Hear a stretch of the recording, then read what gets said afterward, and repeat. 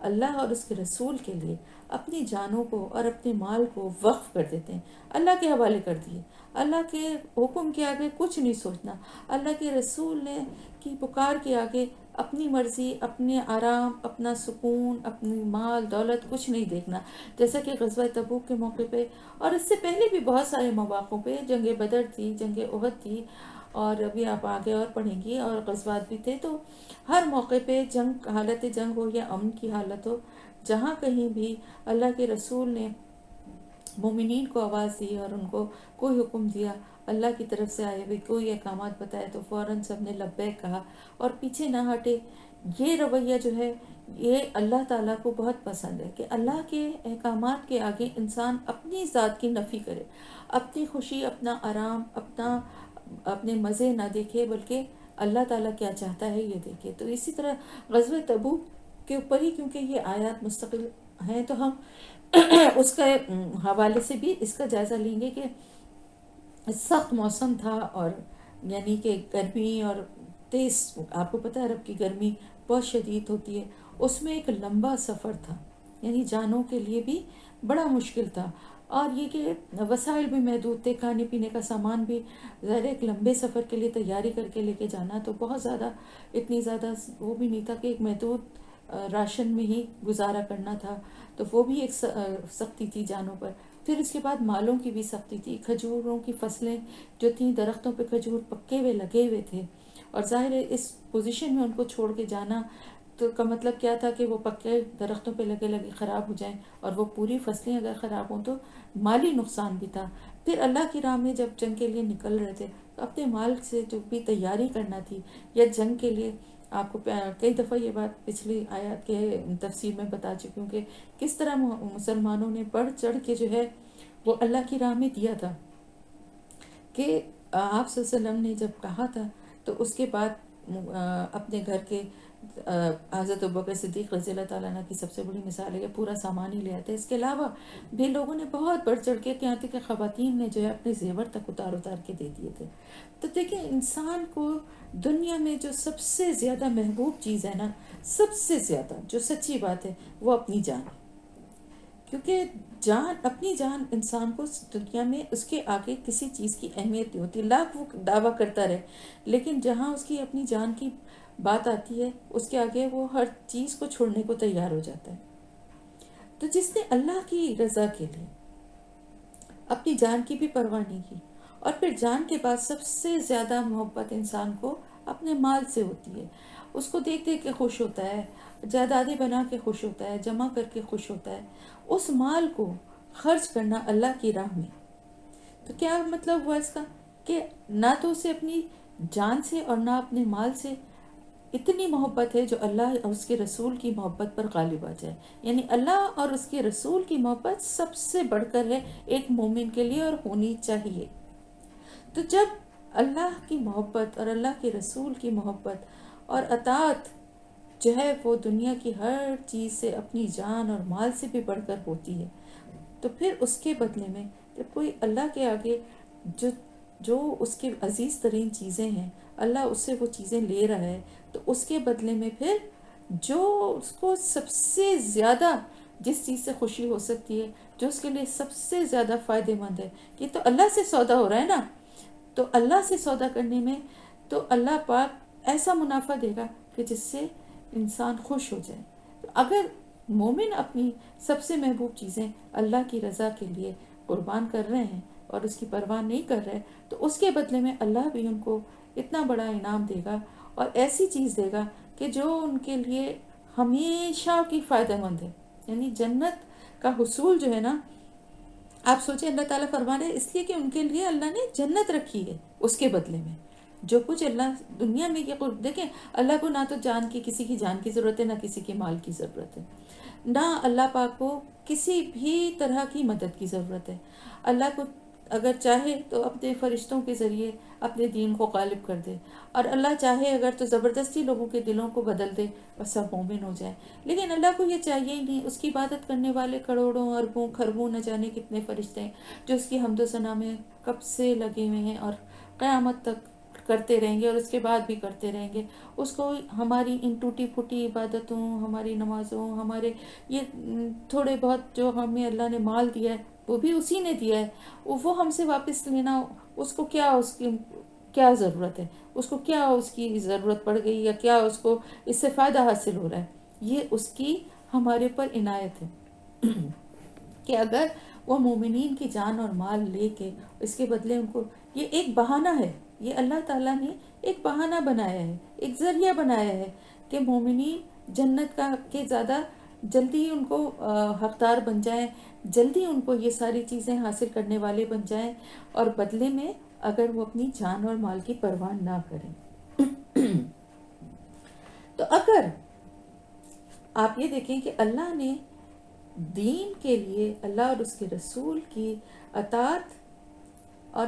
ان کی پیروی جو ہے اس کے عوض جنت جو ہے مومنین کے لیے رکھتی ہے. تو جنت کی قیمت جو ہے وہ دینا آسان نہیں ہے، بہت مشکل ہے کہ سب سے محبوب چیزیں جان اور مال دینا پڑیں گی. لیکن جس کے دل میں اللہ اور اس کے رسول کی محبت گھر کر جاتی ہے، جس کے دل میں اللہ اور اس کے رسول کی محبت سب سے بڑھ کر ہوتی ہے، تو پھر وہ کسی بھی چیز کی پرواہ نہیں کرتے، اور اپنی جان کی کرتے ہیں نہ اپنے مال کی کرتے ہیں. اور اس کے بعد وہ کیا کرتے ہیں کہ جب اللہ کی طرف سے ان کو حکم ملتا ہے کہ اللہ کی راہ میں نکلیں تو وہ جنگ کرتے ہیں اللہ کے راستے میں. تو اللہ کے راستے میں جنگ کرنا جو ہوتا ہے اس کی کاز کیا ہے؟ وہ صرف اللہ کے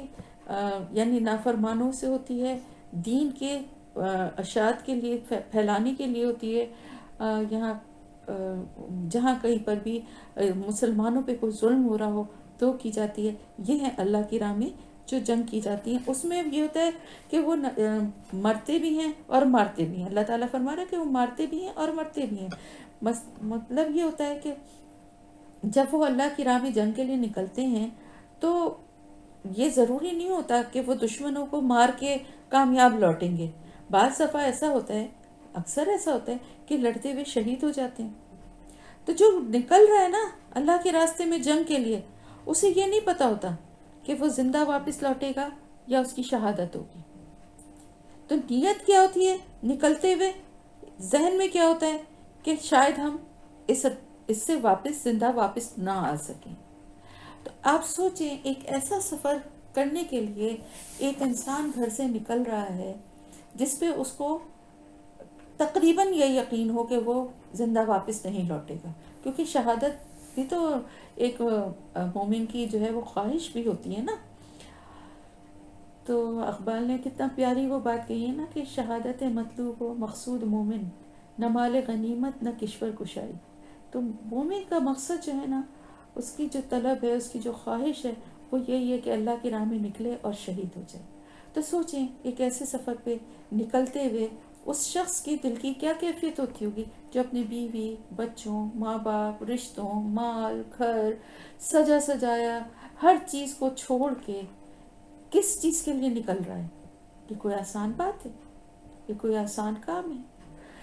اگر اپنے کاموں کو چھوڑ کے ہمیں کوئی ایمرجنسی میں اچانک کہیں 2 گھنٹے کے لیے بھی کہیں نکلنا ہو تو ہمیں 10 باتوں کا خیال آتا ہے. وہ ماسی آ کے چلی جائے اور کھانا نہیں بنا ہوا ہمارا،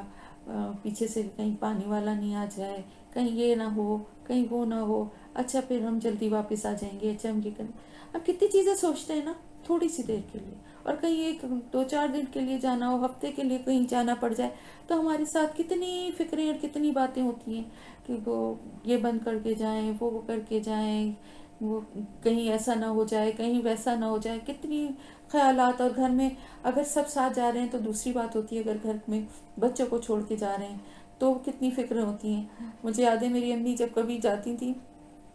کہیں پہ ہماری خالہ کے ساتھ یا کسی کے ساتھ شاپنگ یا کوئی کسی کام سے بھی، تو اتنی تاکیدیں ہم لوگوں کو کر کے جاتی تھیں کہ استری کو ہاتھ نہیں لگانا، وہ سوئچ نہیں کھولنا، چولہا نہیں جلانا. کھانا بنا ہوا رکھا ہے مگر تم لوگ چولہا نہیں جلانا، کھانا خود سے نہیں گرم کرنا، گرم ہی ہے نکال کے کھانا ہو اگر تو کھا لینا. اول تو کھلا کے جاتی تھی، مطلب اتنی چیزوں کی ان کو فکر ہوتی تھی کہ حالانکہ ہم کوئی بہت چھوٹے چھوٹے نہیں تھے، لیکن ماں کی فکر اپنی جگہ ہوتی ہے کہ کہیں میرے پیچھے جو ہے استری کا پلگ آن کریں، کوئی خدا نخواستہ کرنٹ نہ لگ جائے، کوئی ایسی بات نہ ہو جائے کہ چولہے سے کسی چیز کو آگ نہ لگ جائے. تو آپ دیکھیں نا کتنی فکریں ہوتی ہیں. تو ایک ایسا شخص جس کو پتہ ہو، کافی حد تک یہ یقین ہو کہ وہ واپس نہیں لوٹے گا، اس کی دل کی کیفیت کیا ہوتی ہوگی کہ جو اپنے بچوں کو سے دور ہو رہا ہے، اپنی بیوی سے، اپنے ماں باپ سے، ان سب چیزوں کو وہ نظر انداز کر دیتا ہے. ان سب چیزوں سے بڑھ کر اس کے لیے کیا کس چیز کی محبت ہو جاتی ہے؟ اللہ کی. تو نہ صرف یہ کہ جان سے یہاں صرف اپنی جان ہی مراد نہیں ہے.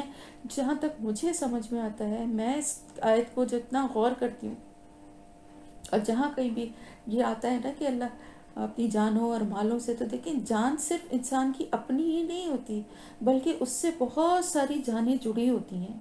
بہت سارے محبت کے رشتے جڑے ہوتے ہیں. تو ان سب کو چھوڑنے کا دکھ اور ان سب کو سے دوبارہ نہ مل سکنے کا خوف کتنا بڑا ہوتا ہے. سوچیے آپ، ہمارا کوئی پیارا جب اس دنیا سے چلا جاتا ہے تو ہمیں سب سے زیادہ تکلیف کس بات کی ہوتی ہے کہ اب ہم اسے کبھی نہیں دیکھ سکیں گے، اب یہ ہم سے کبھی نہیں مل سکے گا. تو ایک شخص اپنے ہاتھوں سے یہ فیصلہ کر کے گھر سے نکل رہا ہے کہ میں واپس نہیں آؤں گا، اور سب کو اللہ کے حوالے کر کے جا رہا ہے. وہ اب اس کی قسمت ہے کہ اللہ پاک نے اس کی زندگی لکھی ہے تو وہ شہید ہونے کے بجائے غازی بن کے فاتح ہو کے لوٹے. وہ لیکن وہ تو نکلتے ہوئے یہ اس کو نہیں پتا ہے نا کہ اس کے لیے آگے کیا لکھا ہوا ہے. ایک طرح سے جو بھی اللہ کی راہ میں جنگ کرنے، جہاد کے لیے نکل رہے ہیں، وہ شہادت کی ہی نیت سے نکل رہے ہیں. نیت سب کی ایک ہی ہے، لیکن اس کے بعد اللہ کا فیصلہ ہر ایک کے لیے الگ ہے. کسی کو شہادت نصیب ہوتی ہے، کوئی غازی بن کے لوٹتا ہے، اس کا بھی اجر و ثواب ہے. تو کہنے کا مقصد صرف یہ ہے کہ یہ بہت ہی بڑی بات ہے کہ اپنی جان اور اپنے مال کو اللہ کی راہ میں قربان کر دینا.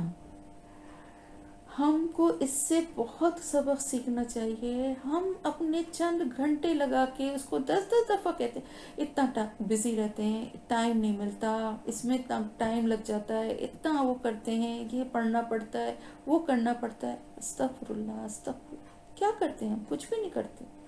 آرام سے پکے گھروں میں، ٹھنڈے گھروں میں آرام سے گرمیوں میں بیٹھے ہوتے ہیں، اپنی مرضی کے من پسند کھانے کھا رہے ہوتے ہیں الحمدللہ، اپنے رشتہ داروں بہن بھائیوں سے ملتے جلتے رہتے ہیں، فون پہ باتیں کرتے رہتے ہیں،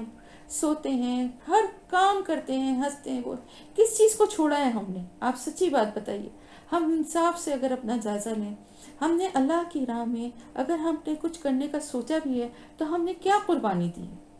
کتنی ہم نے اپنی راتیں قربان کی ہیں، کتنی ہم نے اپنے بھوک کے وقت ہم نے اپنی بھوک کو قربان کیا کہ نہیں ہمیں ابھی یہ کام اپنا کرنا ہے، ہم بعد میں اٹھیں گے. اگر کیا ہے تو یہ سمجھ لیجئے کہ وہ اللہ تعالیٰ بڑا قدردان ہے، جس نے راتوں کی نیندیں اپنی قربان کی ہیں اللہ کے لیے، اللہ کی کتاب کے لیے. دیکھیں اب وہ جہاد نہیں ہے، جنگ والا نہیں ہے، لیکن جہاد کے میں نے آپ کو بتایا تھا نا بہت سارے طریقے ہیں. جہاد کہتے ہیں سخت جدوجہد، سخت محنت اور مشکلات، مسلسل کوششوں سے کرنے والا کام. تو جس چیز میں بھی آپ اپنے آپ کو کھپائیں گے، جس چیز میں بھی آپ اپنے آپ کو لگائیں گے، تو اللہ تعالیٰ آپ کی نیتوں اور آپ کے ان اعمال کے حساب سے آپ کو ضرور اس کا اجر دے گا. تو اللہ تعالیٰ فرما رہا ہے کہ مومنوں کا جو یہ جذبہ ہوتا ہے نا،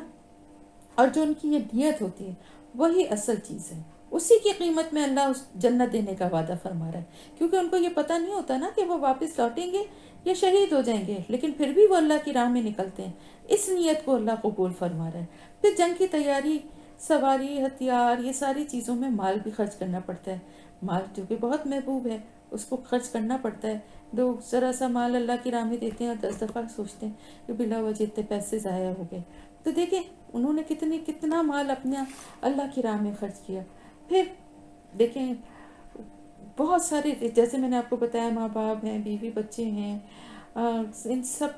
کا خیال آتا ہے. محنت سے اپنے کمائے ہوئے مال کو سوچتے ہیں کہ ان کے لیے چھوڑ کر جائیں یا اللہ کی راہ میں خرچ کریں. لیکن کیا ہوتا ہے کہ یہی مال اور جان جو کہ سب سے زیادہ عزیز ہے ان کو وہ اللہ کے کاموں میں لگا دیتے ہیں۔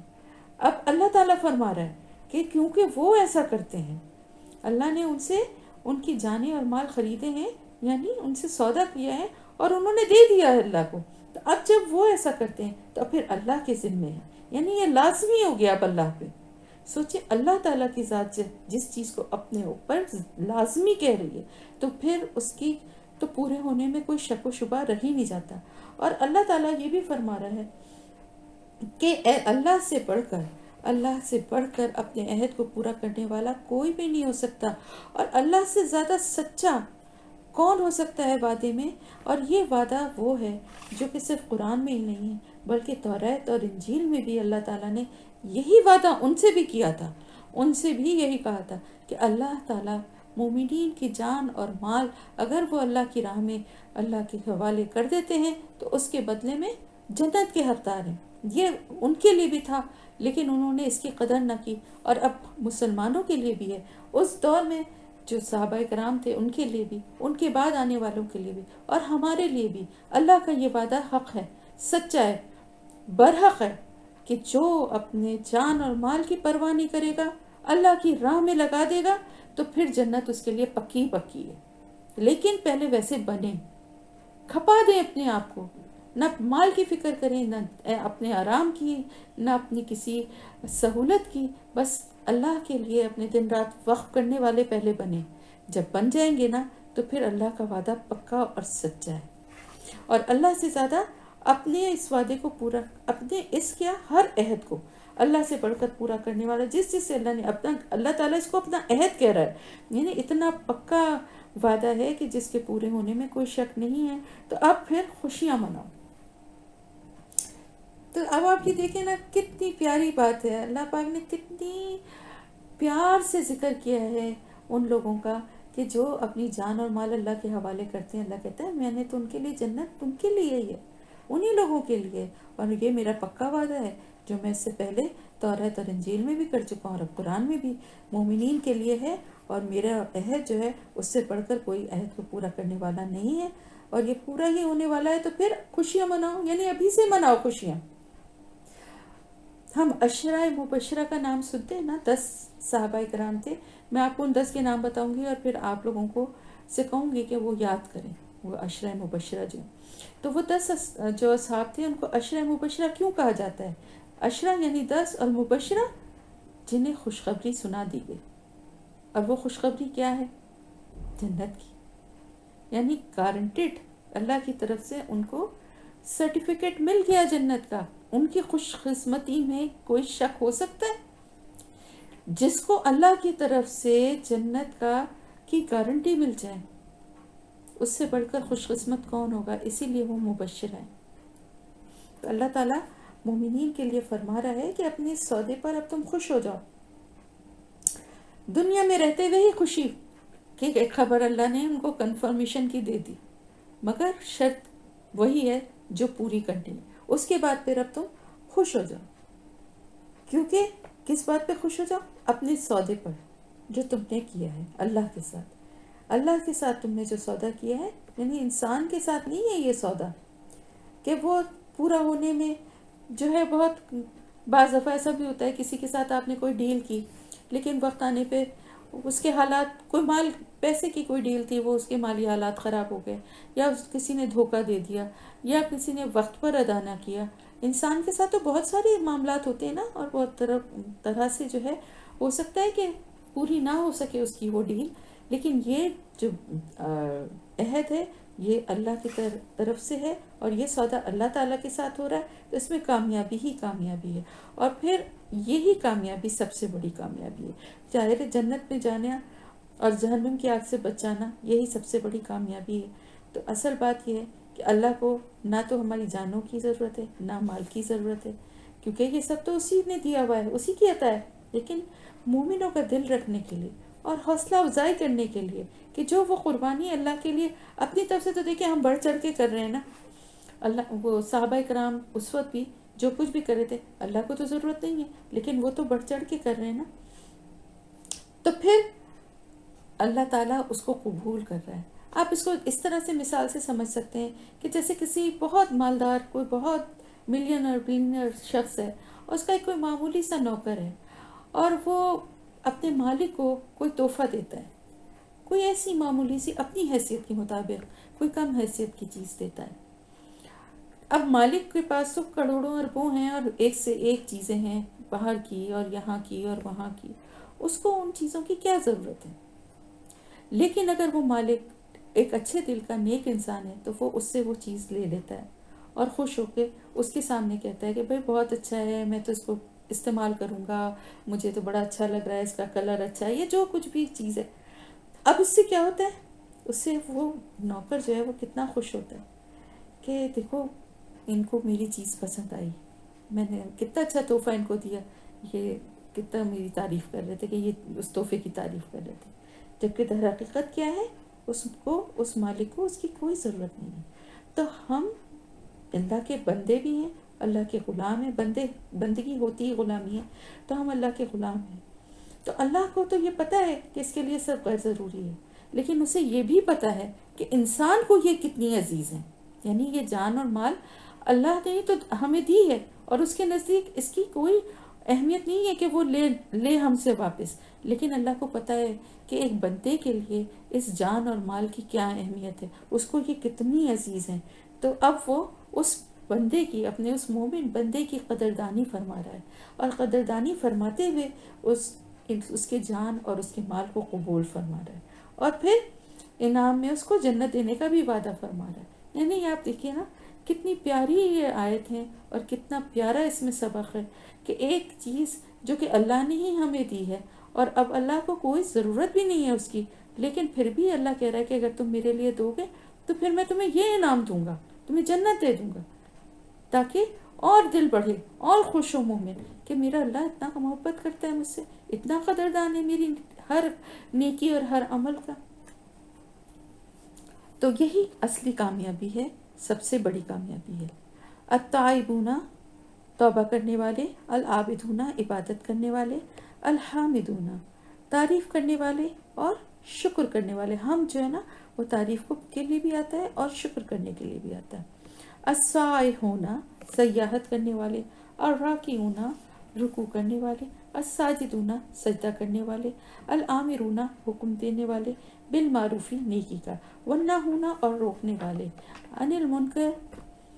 برائی سے، والحافظون، اور حفاظت کرنے والے، لحدود اللہ، اللہ کی حدود کی، وبشر المومنین، اور خوشخبری دے دیجیے مومنوں کو۔ دیکھیں خوشخبری پہ خوشخبری ہے مومنین کے لیے۔ اس سے پہلے منافقین کا اور ان کا تھا تو ان کے لیے مستقل عذاب اور جہنم اور یہ سارا، اور اب اس کے بعد اب مومنین کا ذکر ہے تو ان کے لیے خوشخبریاں ہی خوشخبریاں ہیں اللہ کی طرف سے۔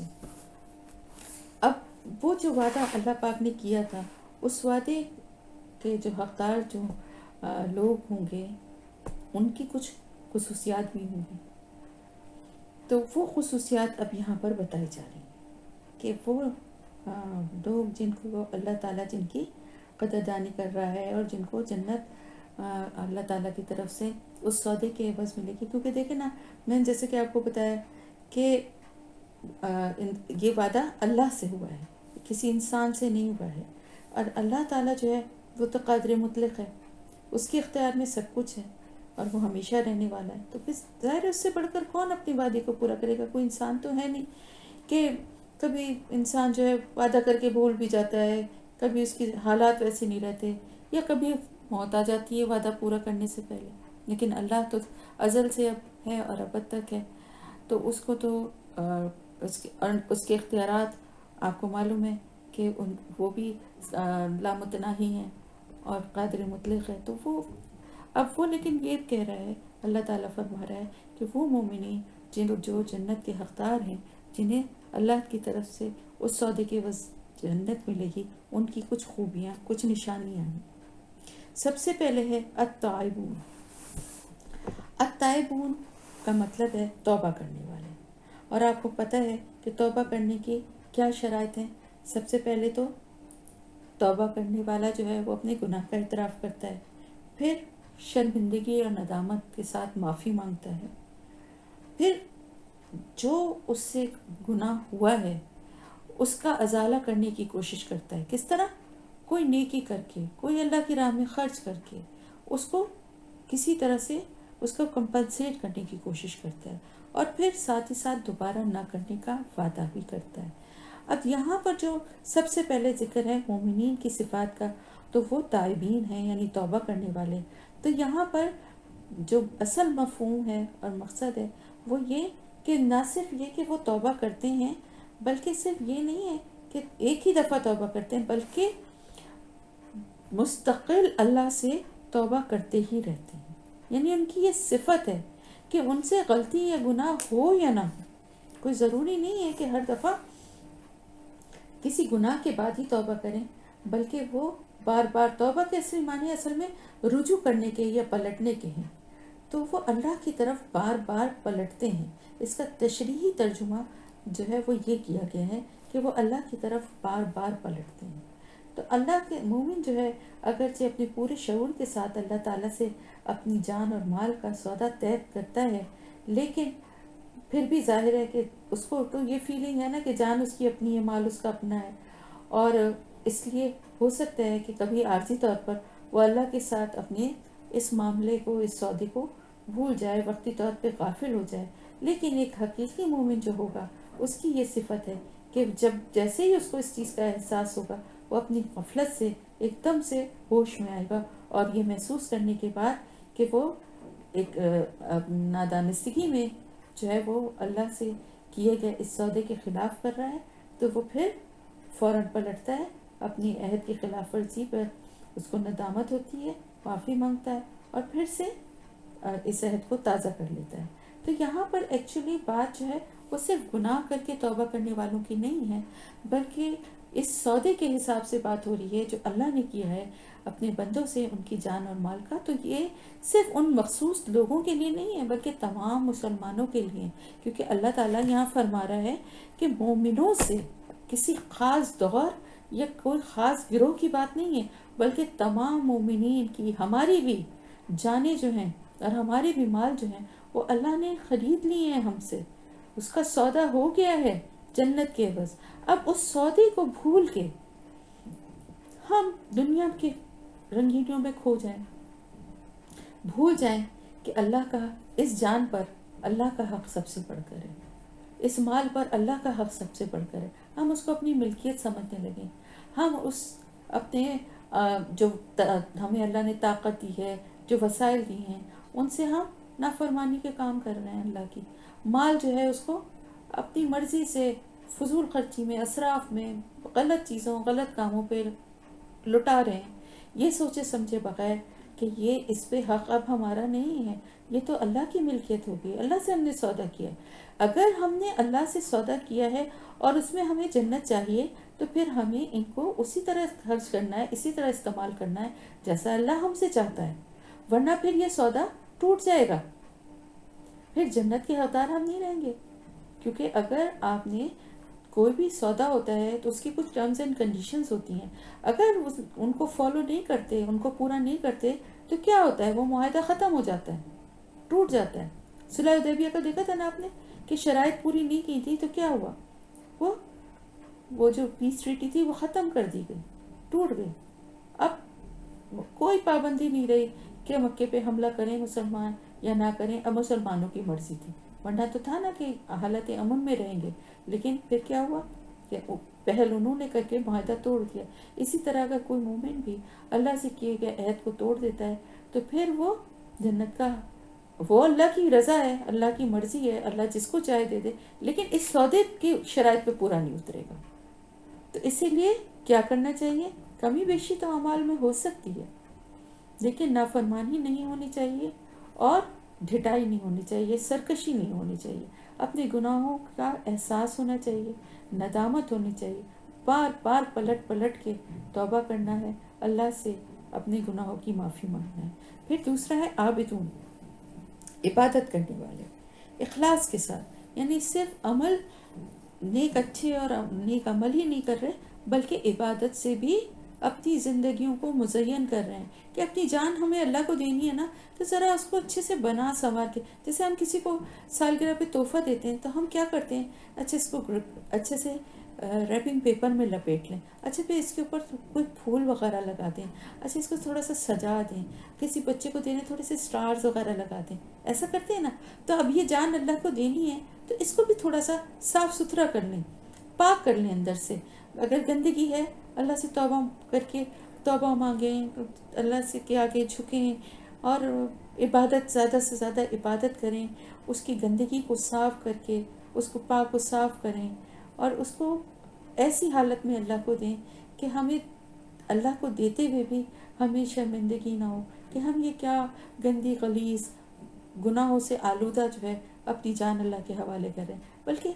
صاف ستھری پاکیزہ جان جو ہے وہ اللہ کو اچھی سے بنا کر دیں. تو عبادتوں سے اس کو اور خوبصورت بنائیں. پھر اس کے ساتھ اخلاص کے ساتھ اپنی عمل کو بھی بہتر کریں اور ساتھ ہی ساتھ عبادت کے ذریعے. الحامد حمد و ثنا کرنے والے اللہ رب العزت کی, اللہ کی جو بھی عنایتیں اور نعمتیں اس نے ہمیں ادا کی ہیں اس کا شکر ادا کرنے والے بنیں. اللہ کی تعریف بھی کریں اور اس کا شکر بھی ادا کریں, کیونکہ تعریف کے قابل ذات صرف اللہ کی ہے اور شکر بھی سب سے زیادہ جو ہم پہ واجب ہے. ہمیں کس کا شکر گزار ہونا چاہیے؟ ہر نعمت تو ہمیں اللہ نے ہی دی ہے نا, تو ہمیں اللہ کے شکر گزار ہونا چاہیے. تو یہ بھی ایک بہت بڑی خصوصیت ہے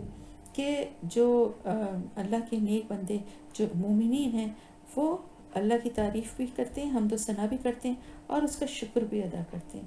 پھر السائحون, السائحون جو ہے ویسے تو یہ سیاحت کے لیے آتا ہے, لیکن کس جگہ پر کچھ تفسیروں میں اس کو السائحون یعنی روزہ رکھنے والے بھی سے بھی کیا گیا ہے. تو اس کی وجہ کیا ہے کہ یہ سیاحت کے معنی میں روزہ جو ہے یہ اس کا ایگزیکٹ میننگ تو نہیں ہے, لیکن اس کو اصطلاحاً استعمال کیا گیا ہے. تو اب اس کا جو اوریجنلی جو میننگ ہے یعنی سیاحت, اس کے اوپر ہم بات کرتے ہیں کہ سیاحت جو ہے وہ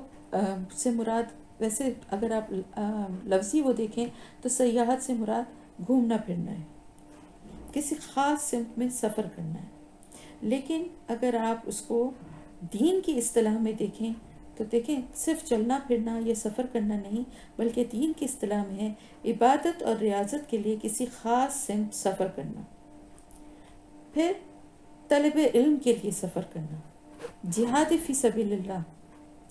ہجرت یعنی کسی جگہ پر جب اب اللہ کے احکامات پہ اللہ کے دین کے اوپر عمل کرنا یا وہاں پر اپنے دین کی حفاظت کرنا مشکل ہو جائے, جانوں کو خطرہ ہو جائے, جبراً لوگ جو ہیں وہ کفر کی طرف موڑنے لگیں لوگوں کو, اور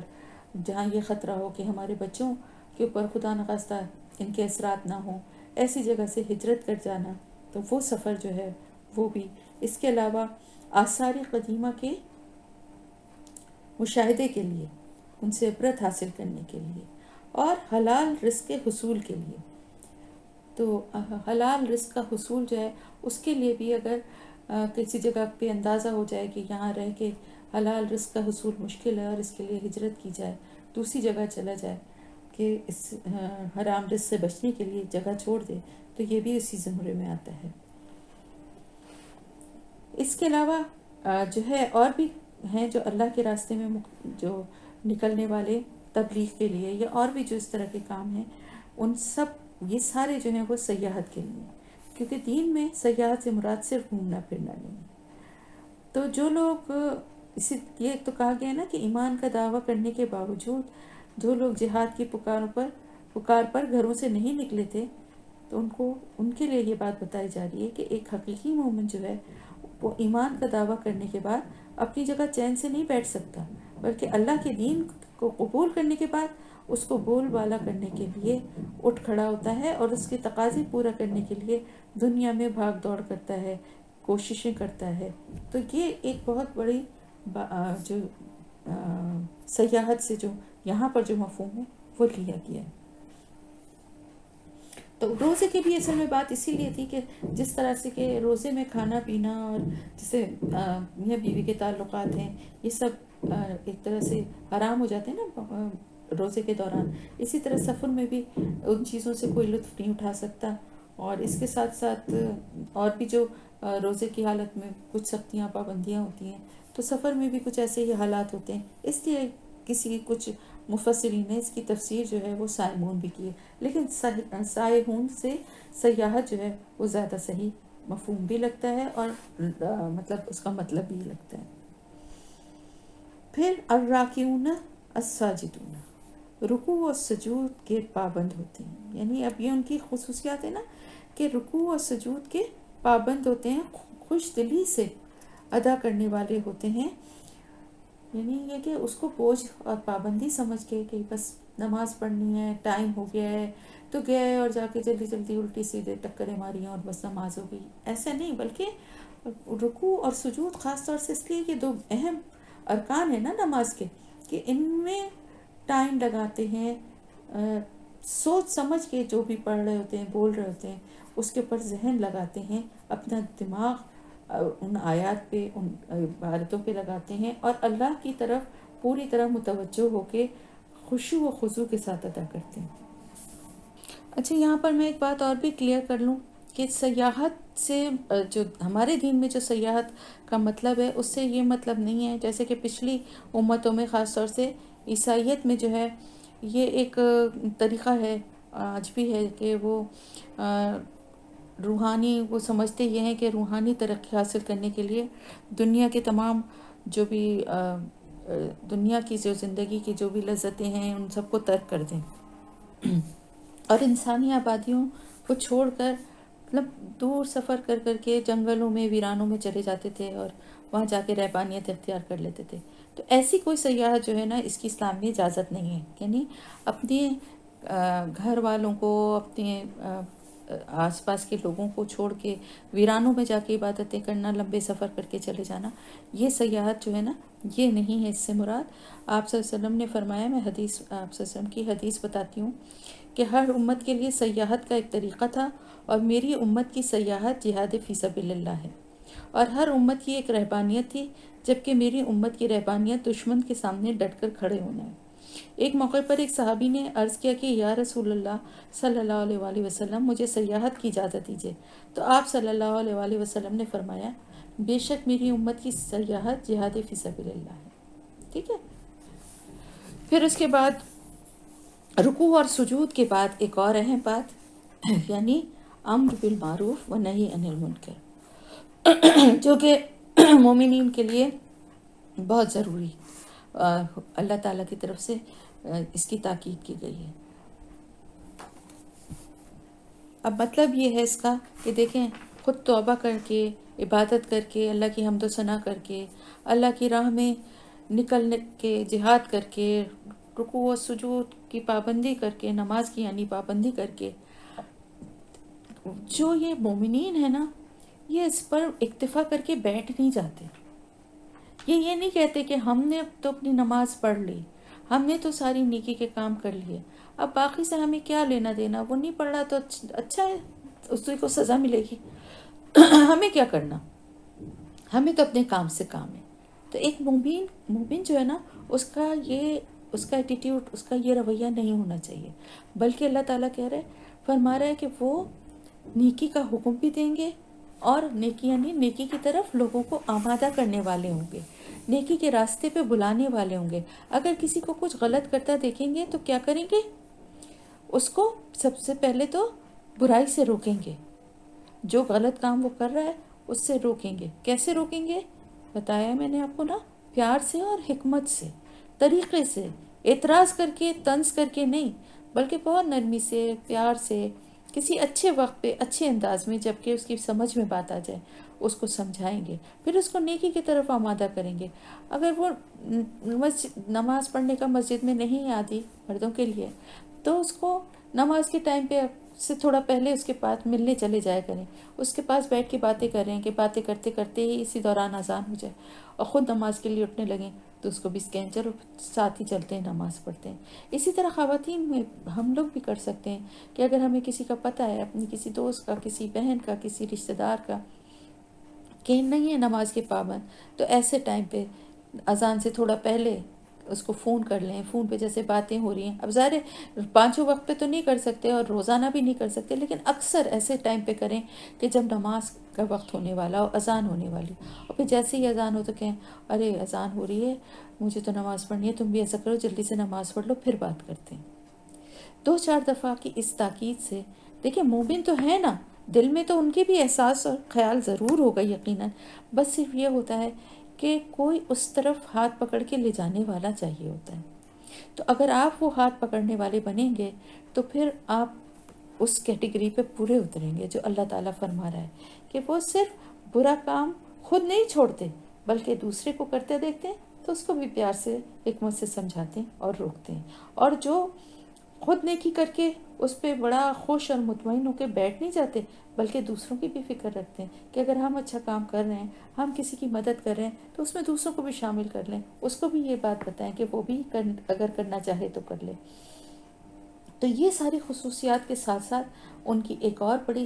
خصوصیت کیا ہے کہ وہ اللہ کی حدود کی حفاظت کرتے ہیں. اور اس کا مطلب یہ ہے کہ جو حد بندیاں ہیں، جو اللہ کے احکامات اور جو جہاں پر اللہ کی جو حدیں ہیں نا ان کو کراس نہیں کرتے بلکہ ان کی حفاظت کرتے ہیں، ان پر قائم رہنے والے ہیں کہ دوسروں کو بھی دیکھتے ہیں کہ کوئی شیطان کے بہکاوے میں آ کر یہ حد پار نہ کرتے. تو ایسے مومنین کے لیے اللہ تعالیٰ فرما رہا ہے کہ ان کو جنت کی خوشخبری دے دیں. تو ان باتوں پر عمل کرنے والوں کے لیے جنت کی خوشخبری ہے. یہ کوالٹیز یہ اللہ تعالیٰ نے، یعنی سمجھیے پہلے اللہ پاک نے بتا دیا کہ ایک سودا ہوا ہے اور پھر اب اللہ پاک نے اس کی ٹرمز بھی بتا دیں کہ اس سودے میں یہ شرائط ہیں، ان پہ عمل کرنے والے کے ساتھ یہ ڈیل ہے اور اس کا انعام بھی اس کے لیے موجود ہے. تو ان خصوصیات کو، یہ ٹوٹل میرے خیال سے 6 خصوصیات ہیں، 6 خصوصیات ہیں. تو ان پہ عمل کرنے کی جتنی زیادہ کوشش کر سکتے ہیں وہ کریں. ماں کانا نہیں ہے نبی کے لیے، والذین اور ان لوگوں کے لیے آمنو جو ایمان لائے، ان یستغفروا کہ وہ بخشش مانگیں، للمشرکین مشرکین کے لیے، ولو کانوا اور اگرچہ ہوں، اولی القربا رشتہ دار یا قرابت دار، من بعد اس کے، ما تبینہ جو واضح ہو گیا، لہم ان کے لیے، انہم کے بے شک وہ اصحاب الجحیم ساتھی ہیں جہنم کے. اب اہل ایمان اور رسول اللہ صلی اللہ علیہ وسلم کو اللہ تعالیٰ مخاطب فرما رہا ہے، اور اہل ایمان ظاہر ہم ہیں تو ہم بھی اسی میں آئے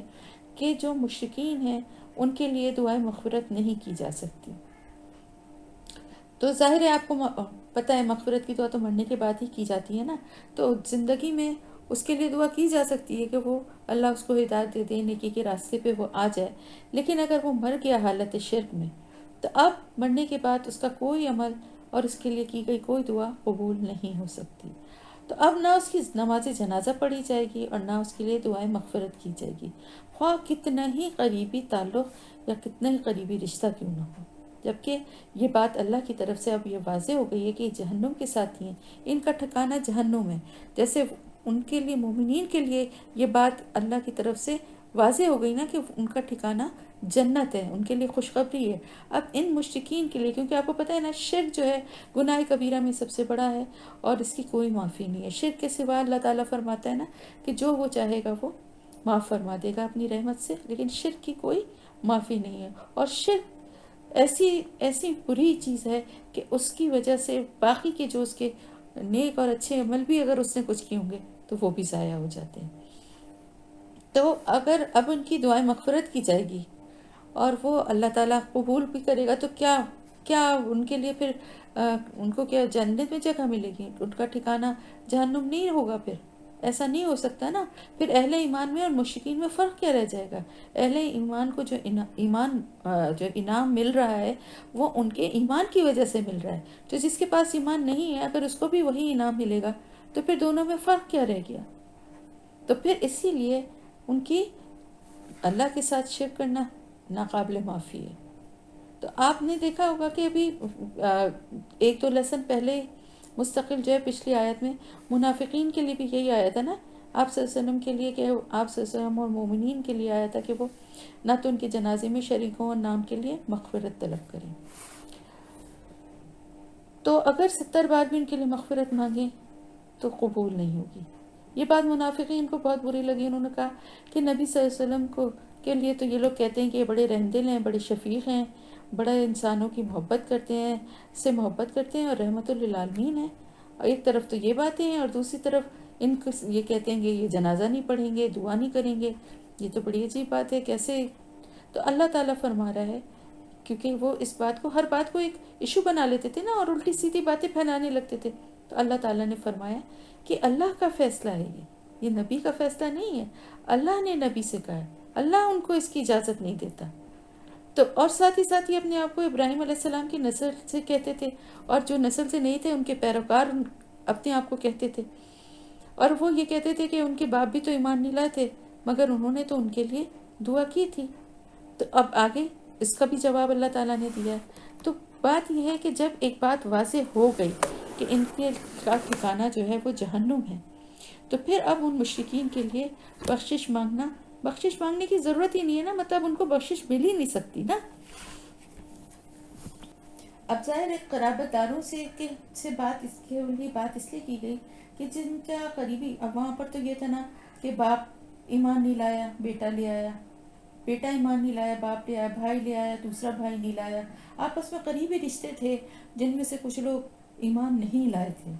تو وہ تو یہی دعا کرتے تھے. وہ ظاہر اپنے ان رشتہ داروں سے محبت کی وجہ سے، اس تعلق کی وجہ سے ان کی خواہش اور دعا یہی ہوتی تھی کہ اللہ پاک ان کو تو بخش دے. اب باقیوں کے ساتھ جو اللہ معاملہ کرے، چاہے ان کو جہنم میں ڈالے، مگر ہمارے باپ کو تو معاف کر دے، ہمارے بھائی کو تو معاف کر دے. ایک قدرتی محبت کی بات تھی نا. تو اللہ تعالیٰ فرما رہا ہے کہ یہ ساری جو محبت اور رشتہ داری ہے نا، یہ اس جو ایمان ہے نا اس کے منافی ہیں. اللہ تعالیٰ کے ساتھ جو اور اس کے دین کے ساتھ جو محبت ہے، اس کا تقاضا یہ ہے کہ جو اللہ کا دوست ہے وہی ہمارا بھی دوست ہو، اور جو اس کا دشمن ہے وہی ہمارا بھی دشمن ہے. تو اللہ تعالیٰ نے اس لیے فرمایا کہ مشرکوں کے لیے مغفرت کی دعا نہ کرو، یعنی یہ تمہارے لائق نہیں ہے. یہ نہیں کہا کہ کوئی سختی سے، بلکہ یہ کہا کہ یہ تمہیں زیب نہیں دیتا، یہ تمہارے لائق نہیں ہے کہ ایسے اللہ کے نافرمانوں کے لیے تم دعا کرو، جبکہ تم خود اللہ کے فرما بردار ہو، اللہ کے دین پہ چلنے والے ہو. تو ایسے لوگوں کی محبت تمہارے دل میں اتنی نہیں ہونی چاہیے کہ اللہ کے نافرمانوں سے تم محبت کر کے ان کے لیے بخشش مانگو. اسی لیے کہا کہ اگر ہمارے منع کرنے کے باوجود، یعنی اللہ تعالیٰ یہ فرما رہا ہے، اس کے مفہوم یہ ہے کہ اگر اس کے باوجود بھی تم دعا کرتے ہی رہے تو کوئی بات نہیں، تم خود ہی دیکھ رہے ہو اور یہ بات سمجھ رہے ہو کہ یہ ہمارے نافرمان اور باغی ہیں. اب ان سے تمہیں کتنی ہمدردی رکھنی چاہیے، یہ تمہیں خود ہی فیصلہ کرنا چاہیے کہ یہ بات اب جب ظاہر ہو گئی ہے تو پھر اب تمہیں ان سے کتنی محبت اور ان سے ہمدردی ہونی چاہیے، اور ان کے لیے دعا کرنا کہاں تک تمہیں حق بجانب لگتا ہے. یہاں پر یہ بات یاد رکھیے گا کہ اور دوسرے معاملات میں، یعنی زندگی میں جو بھی رشتہ ہے، یعنی ماں باپ ہیں یا بہن بھائی ہیں یا اور قریبی رشتے ہیں، تو ان کے ساتھ ہمدردی اور دنیا کے جو بھی تعلقات اور معاملات ہیں ان میں صلہ رحمی ہی کرنا ہے، رحمت اور شفقت کا ہی برتاؤ کرنا ہے. یہ منع نہیں کیا گیا ہے. رشتہ دار خواہ کافر ہو یا مومن، اس کے جو بھی حقوق ہیں وہ ضرور ادا کیے جائیں. مصیبت زدہ کوئی انسان تکلیف میں ہے، مشکل میں ہے، اس کی ضرور مدد کی جائے. کوئی ضرورت مند ہے تو اس کو ضرور سہارا دیا جائے. بیمار اور زخمی کا خیال رکھا جائے. یتیم کے سر پر شفقت کا ہاتھ رکھا جائے گا، ضرور ایسا ہوگا. ایسے معاملات میں یہ امتیاز نہیں کیا جائے گا کہ یہ مسلمان ہے یہ مسلمان نہیں ہے، یا جیسے ہمارے ہاں بھی یہ ہوتا ہے کہ یہ کرسچن ہیں تو یہ فلانے ہیں، یہ ان کی، تو وہ بھی تو انسان ہے نا، ان کو بھی ویسے ہی چوٹ اور ویسے ہی تکلیف لگتی ہے، ویسے ہی بھوک لگتی ہے. تو ان معاملات میں زندگی میں جو ہے نا ان کے ساتھ سلوک کرنے میں کوئی بھی، یعنی اگر کسی کی ماں ایمان نہیں لائی تھی تو آپ صلی اللہ علیہ وسلم نے فرمایا کہ ان کی اسی طرح سے ان کی خدمت اور ان کے ساتھ احسان کا معاملہ کرو جیسا کہ کرنا چاہیے. ہاں ان کی دین کے خلاف ان کا جو حکم ہو یا بات ہو، جو دین کے خلاف ہوتا، اللہ کے حکم کے خلاف ہو، اس پہ عمل نہ کرو. تو یہ صرف اور صرف ان کے لیے یعنی دنیا میں ان کے لیے ہدایت پہ آنے کی دعا بھی کی جا سکتی ہے، ان کے گناہوں کی معافی کی کہ یہ اللہ پاک ان کو پلٹا دے، ان کا دل بدل دے، یہ سب دعائیں کی جا سکتی ہیں۔ لیکن اگر کوئی اسی حالت شرک میں مر جائے تو پھر اب اس کی بخشش نہیں ہو سکتی، اس لیے اس کی دعا نہیں کرنی چاہیے، یہ بات بتائی جا رہی ہے۔ اور حضرت ابراہیم علیہ السلام کا جو واقعہ ہے وہ میں اب آپ کو بتاتی ہوں، پہلے یہ آیت کو ہم پڑھ لیں۔ وما کانا، اور نہیں تھا، استغفار کرنا یا بخشش مانگنا، ابراہیم علیہ السلام کا، لی ابی ہی اپنے باپ کے لیے، اللہ مگر موعدۃ ایک وعدے کی وجہ سے، وعدہا اس نے وعدہ کیا اس کا، یاہو اس سے، کس سے؟ اپنے باپ سے۔ فلما پھر جب تبینہ واضح ہو گیا، لہو اس کے لیے، انہو کہ بے شک وہ عدوٌ دشمن ہے، للہ اللہ کا، تبرہ وہ بیزار ہو گیا، منہ اس سے، ان نہ بے شک ابراہیم لأواہ البتہ بہت آہوزاری کرنے والا، حلیم بہت بردبار تحمل والا تھا۔ بات یہ ہے کہ حضرت ابراہیم علیہ السلام نے اپنے مشرک باپ سے جب تعلقات ختم کیے تھے، یعنی باپ نے ان کو نکال دیا تھا، اور وہ نکلتے ہوئے آگے سورہ مریم میں اس کا ذکر آئے گا، تو انہوں نے کہا تھا کہ آپ کو سلام ہے، میں آپ کے لیے اپنے رب سے دعا کروں گا کہ آپ کو معاف کر دے، وہ میرے اوپر نہایت مہربان ہے۔ کیونکہ انہوں نے اپنے باپ سے یہ وعدہ کیا تھا، اس لیے وہ اپنے باپ کے لیے دعا کرتے رہے کہ اللہ تعالیٰ ان کو بخش دے۔ تو اس وعدے کی وجہ سے کیونکہ وہ یہ کر رہے تھے، تو اللہ تعالیٰ نے اس کا ذکر کیا کہ ایسا نہیں ہے کہ وہ اللہ کی کوئی رضا پہ راضی نہیں تھے یا اللہ کے فیصلے کو انہوں نے نہیں مانا تھا، بلکہ کیونکہ اس وقت تک ان کو اس بات کا پتہ نہیں تھا، کیونکہ آگے آ رہا ہے نا، فلما تبینہ پھر جب واضح ہو گیا، اس وقت تک ان کو یہ بات ان پہ واضح نہیں تھی، یعنی اللہ تعالیٰ نے ان سے یہ بات نہیں کہی تھی کہ ان کی یعنی ان کے کفر کی وجہ سے، شرک کی وجہ سے ان کی معافی نہیں ہے، وہ زندہ تھے۔ ایک بات یہ بھی تھی کہ جب تک ان کی زندگی تھی تو وہ ان کے لیے دعا کرتے رہے کہ یہ جو ہے کسی طرح ایمان لے آئیں اور ان کی بھی معافی اور بخشش ہو جائے۔ لیکن جب ان کی موت ہو گئی تو پھر تو ظاہر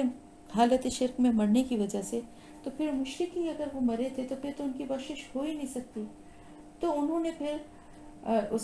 جب غور کیا اور ان کو یہ اندازہ ہو گیا تو کہ میں کس شخص کے لیے دعا کر رہا ہوں، یہ تو اللہ کا کھلم کھلا باقی ہے، اللہ کے دین سے سخت دشمنی رکھتا ہے، تو وہ اس سے بھی باز آ گئے، اور ایک سچے وفادار مومن کی طرح انہوں نے اس باغی سے ہمدردی سے صاف مطلب بری و ذمہ ہو گئے، تبرہ کر لیا، بیزار ہو گئے، انہوں نے کہا نہیں میں نہیں کرتا ان کے لیے اب دعا، کیونکہ اللہ تعالیٰ کا جو نافرمان ہے اس کے لیے میں دعا نہیں کروں گا۔ حالانکہ ظاہر باپ تھے، باپ سے ایک محبت اور ایک جو بھی انسیت ہوتی ہے اس کی وجہ سے ایک ان کی طرف جھکاؤ اور رجحان تو تھا، لیکن انہوں نے بہت زیادہ اللہ سے جب پہلے دعا کی ان کی زندگی میں، لیکن اس کے بعد جب اللہ کی طرف سے یہ آیت آ گئی کہ جو مشرکین ہیں ان کے لیے کوئی بھی دعا کی جائے وہ کام نہیں آئے گی، تو پھر انہوں نے چھوڑ دیا۔ ٹھیک ہے، تو اللہ تعالیٰ ان کی اس خوبی کو، ان کے اس مان جانے کو، اللہ پاک بہت پیارے انداز میں اللہ تعالیٰ فرما رہا ہے کہ وہ بہت آہوزاری کرنے والے نرم طبیعت کے تھے اور تحمل والے تھے۔ مطلب یہ کہ دل میں اتنی نرمی اور بردباری تھی کہ باپ کے اتنے برے سلوک کے باوجود بھی انہوں نے باپ سے کوئی بدبیت بھی نہیں کی، بلکہ ان کے لیے دعا ہی کرتے رہے۔ تو اب بات یہ ہوتی ہے کہ دیکھیں باپ کی محبت اپنی جگہ تھی اور پیغمبر تھے، لیکن انسان تو تھے نا، اور جو قدرتی محبت اللہ نے دل میں ڈالی ہے وہ ان کے بھی دل میں تھی، تو زندگی میں تو کرتے رہے ان کے لیے دعا، ان کو امید تھی کہ شاید انہیں ہدایت کی توفیق ہو جائے، لیکن جب ان کی موت ہو گئی تو انہوں نے استغفار بند کر دیا کہ ظاہر ہے اب تو اس حالت میں موت ہوئی ہے تو اب ثابت ہو گیا ہے کہ ان کے لیے توبہ کا دروازہ بند ہو گیا ہے۔ تو اللہ تعالیٰ فرما رہا ہے کہ اللہ زبردستی جو ہے نا کسی کو بھی ہدایت کے راستے پہ نہیں لاتا، اور ان کی بردباری اور ان کے تحمل کی بھی اللہ پاک تعریف فرما رہے ہیں کہ بہت بردبار تھے اور اعتدال میں رہنے والے تھے. نرمی تو تھی مزاج میں بہت زیادہ، لیکن ساتھ ہی ساتھ صحیح اور غلط کے فیصلہ بہت سوچ سمجھ کے کرتے تھے. وما کانا، اور نہیں ہے، اللہ لیضل، کہ وہ بھٹکا دے، قومن، کسی قوم کو، بعد از ہداہم، بعد جب اس نے ہدایت دی انہیں، حتیٰ، یہاں تک کہ یبینہ، وہ واضح کر دے، لہم، ان کے لیے، ما یتقون، جس سے وہ بچیں. ان اللہ، بے شک اللہ تعالیٰ، بکل شیء علیم، ہر چیز کا خوب علم رکھنے والا ہے، جاننے والا ہے. اللہ تعالیٰ کسی قوم کو گمراہ نہیں کرتا جبکہ انہیں ہدایت نصیب ہو گئی، یہاں تک کہ ان کے لیے واضح کر دیتا ہے، ان کو بتا دیتا ہے کہ کون سے کام غلط ہیں اور کس راستے پہ ان کو چلنا ہے. یہ پیغام، یہ میسج ہر قوم تک جب بھی پیغمبروں کے ذریعے، کتابوں کے ذریعے اللہ نے پہنچایا. پھر کیا ہوتا ہے کہ لوگ دوبارہ سے ہدایت پانے کے بعد دوبارہ نافرمانی کرنا شروع کر دیتے ہیں، اللہ کے احکامات کی خلاف ورزی کرتے ہیں. ان کے اوپر حلال حرام صحیح غلط سب واضح کر دیا گیا، پھر بھی سب جانتے ہوئے وہ اس سے فائدہ نہیں اٹھاتے. تو پھر اللہ تعالیٰ ان کو دوبارہ پھر ہدایت نہیں دیتا. اللہ کسی کو بھٹکاتا بھی نہیں ہے، لیکن اگر کوئی ہدایت کے بعد بھٹک جائے تو پھر اسے ہدایت نہیں دیتا جب تک کہ وہ خود نہ چاہے. ایکچولی یہاں پر یہ پچھلے اس میں یہ چل رہا ہے کیونکہ مضمون، تو یہاں پر در حقیقت ان لوگوں کی بات ہے کہ جو ان کی معافی اللہ پاک نے کہا ہے کہ ان کی معافی اللہ پاک قبول کر رہا ہے، کہ جنہوں نے اپنی اس حکم کے نازل ہونے سے پہلے اپنے مشرک والدین یا رشتہ داروں کے لیے جو دعائیں کیا کرتے تھے، تو اللہ تعالیٰ فرما رہا ہے کہ جب تک واضح نہیں تھا تو کہ جس سے وہ بچیں، اس بات کے لیے اللہ پاک جو ہے وہ ان کو نہیں بھٹکائے گا، یعنی ان کو گمراہی کی کا گناہ یا سزا نہیں دے گا. لیکن جب یہ بات واضح ہو گئی، اس کے بعد اب ان کو اسی چیز پر عمل کرنا ہے جیسا کہ اللہ نے کہہ دیا ہے. یعنی اس سے پہلے اگر کوئی کرتا تھا دعا تو ظاہر لا علمی میں کر رہا تھا نا، لیکن جاننے کے بعد جو گمراہ ہوتے ہیں، یہاں پر اللہ تعالیٰ فرما رہا ہے کہ جب واضح کر دی گئی بات تو پھر اب وہ اس سے بچے. اور اللہ تعالیٰ ہر چیز کا بہت اچھی طرح سے جاننے والا ہے، سب کچھ اس کے علم میں ہے. کون کس نیت سے کیا کر رہا ہے اور کیا اس کے دل کا چھپا ہوا راز ہے، وہ بھی اللہ جانتا ہے. ان اللہ، بے شک اللہ تعالیٰ، لہو ملک السماواتی، اسی کے لیے ہے بادشاہت آسمانوں کی، والارض، اور زمین کی، یحیی و یمیت، وہ زندہ کرتا ہے اور وہ موت دیتا ہے. وما لکم من دون اللہ من ولی ولا نصیر، اور نہیں ہے تمہارے لیے اللہ کے سوا کوئی دوست اور نہ کوئی مددگار. تو اللہ تعالیٰ کی بادشاہت جو ہے وہ آسمانوں اور زمین پر قائم ہے. سب سے پہلے تو انسان کو یہ بات سمجھ لینی چاہیے کہ ہر جگہ صرف اور صرف حکم اور اختیار اللہ کا چلتا ہے، جو وہ چاہے گا وہی ہوگا. اور یہ جان لینے کے بعد ساتھ ہی ساتھ اس کو یہ بھی پتہ ہے کہ زندگی اور موت دینے کا حق اور اختیار بھی صرف اللہ ہی کے پاس ہے. کس وقت کس کو کس طرح کس جگہ اللہ تعالیٰ نے موت دینی ہے یا کہاں کس کو زندگی دینی ہے. بعض دفعہ بہت بہت زیادہ سیریس ایکسیڈنٹس اور بیماریوں آپریشنز میں لوگوں کو اللہ پاک زندگی دے دیتا ہے، معمولی باتوں پہ ٹھیک ٹھاک چلتے پھرتے سوتے سوتے لوگ ختم ہو جاتے ہیں. اس لیے کہ مالک وہی ہے، فیصلہ اسی کا چلنا ہے. کسی کی مرضی کے مطابق وقت یا جگہ دیکھ کے اس کی مرضی اس سے پوچھ کے نہیں ہوگا. تو جب وہ زندگی اور موت کا مالک بھی وہی ہے تو پھر اب ان معاملات کے بعد باقی کیا بچا؟ اگر زمین پہ جو کچھ بھی ہے اور آسمانوں میں جو کچھ بھی ہے سب پہ اللہ کی بادشاہت ہے. بادشاہت کا مطلب کیا ہے؟ اللہ کا اختیار ہے، اللہ تعالیٰ کا کی قدرت ہے اور اس کے قبضے میں سب کچھ ہے. ٹھیک ہے، اب آپ کے پاس، آپ یہ سوچیں میری اپنی جان، تو آپ کی اپنی جان کے لیے بھی اللہ تعالیٰ زندگی اور موت کا حق اور اختیار اپنے پاس ہے، اللہ کے پاس ہے. اس نے امانتاً دی ہے آپ کو، یہ تو امانت آپ کو لوٹانی ہے ایک وقت پر. تو اب آپ کے پاس باقی کچھ بھی نہیں ہے سوائے اس کے کہ آپ اللہ کی طرف ہی رجوع کریں، کیونکہ جب جس کے پاس سب کچھ ہے آپ اسی سے مدد مانگیں گے نا، اسی کا ساتھ مانگیں گے، اسی کی مدد سے آپ ہر مشکل اور پریشانی سے نکلیں گے. تو اللہ تعالیٰ کے سوا اب ہمارا کوئی حامی اور مددگار نہیں ہے۔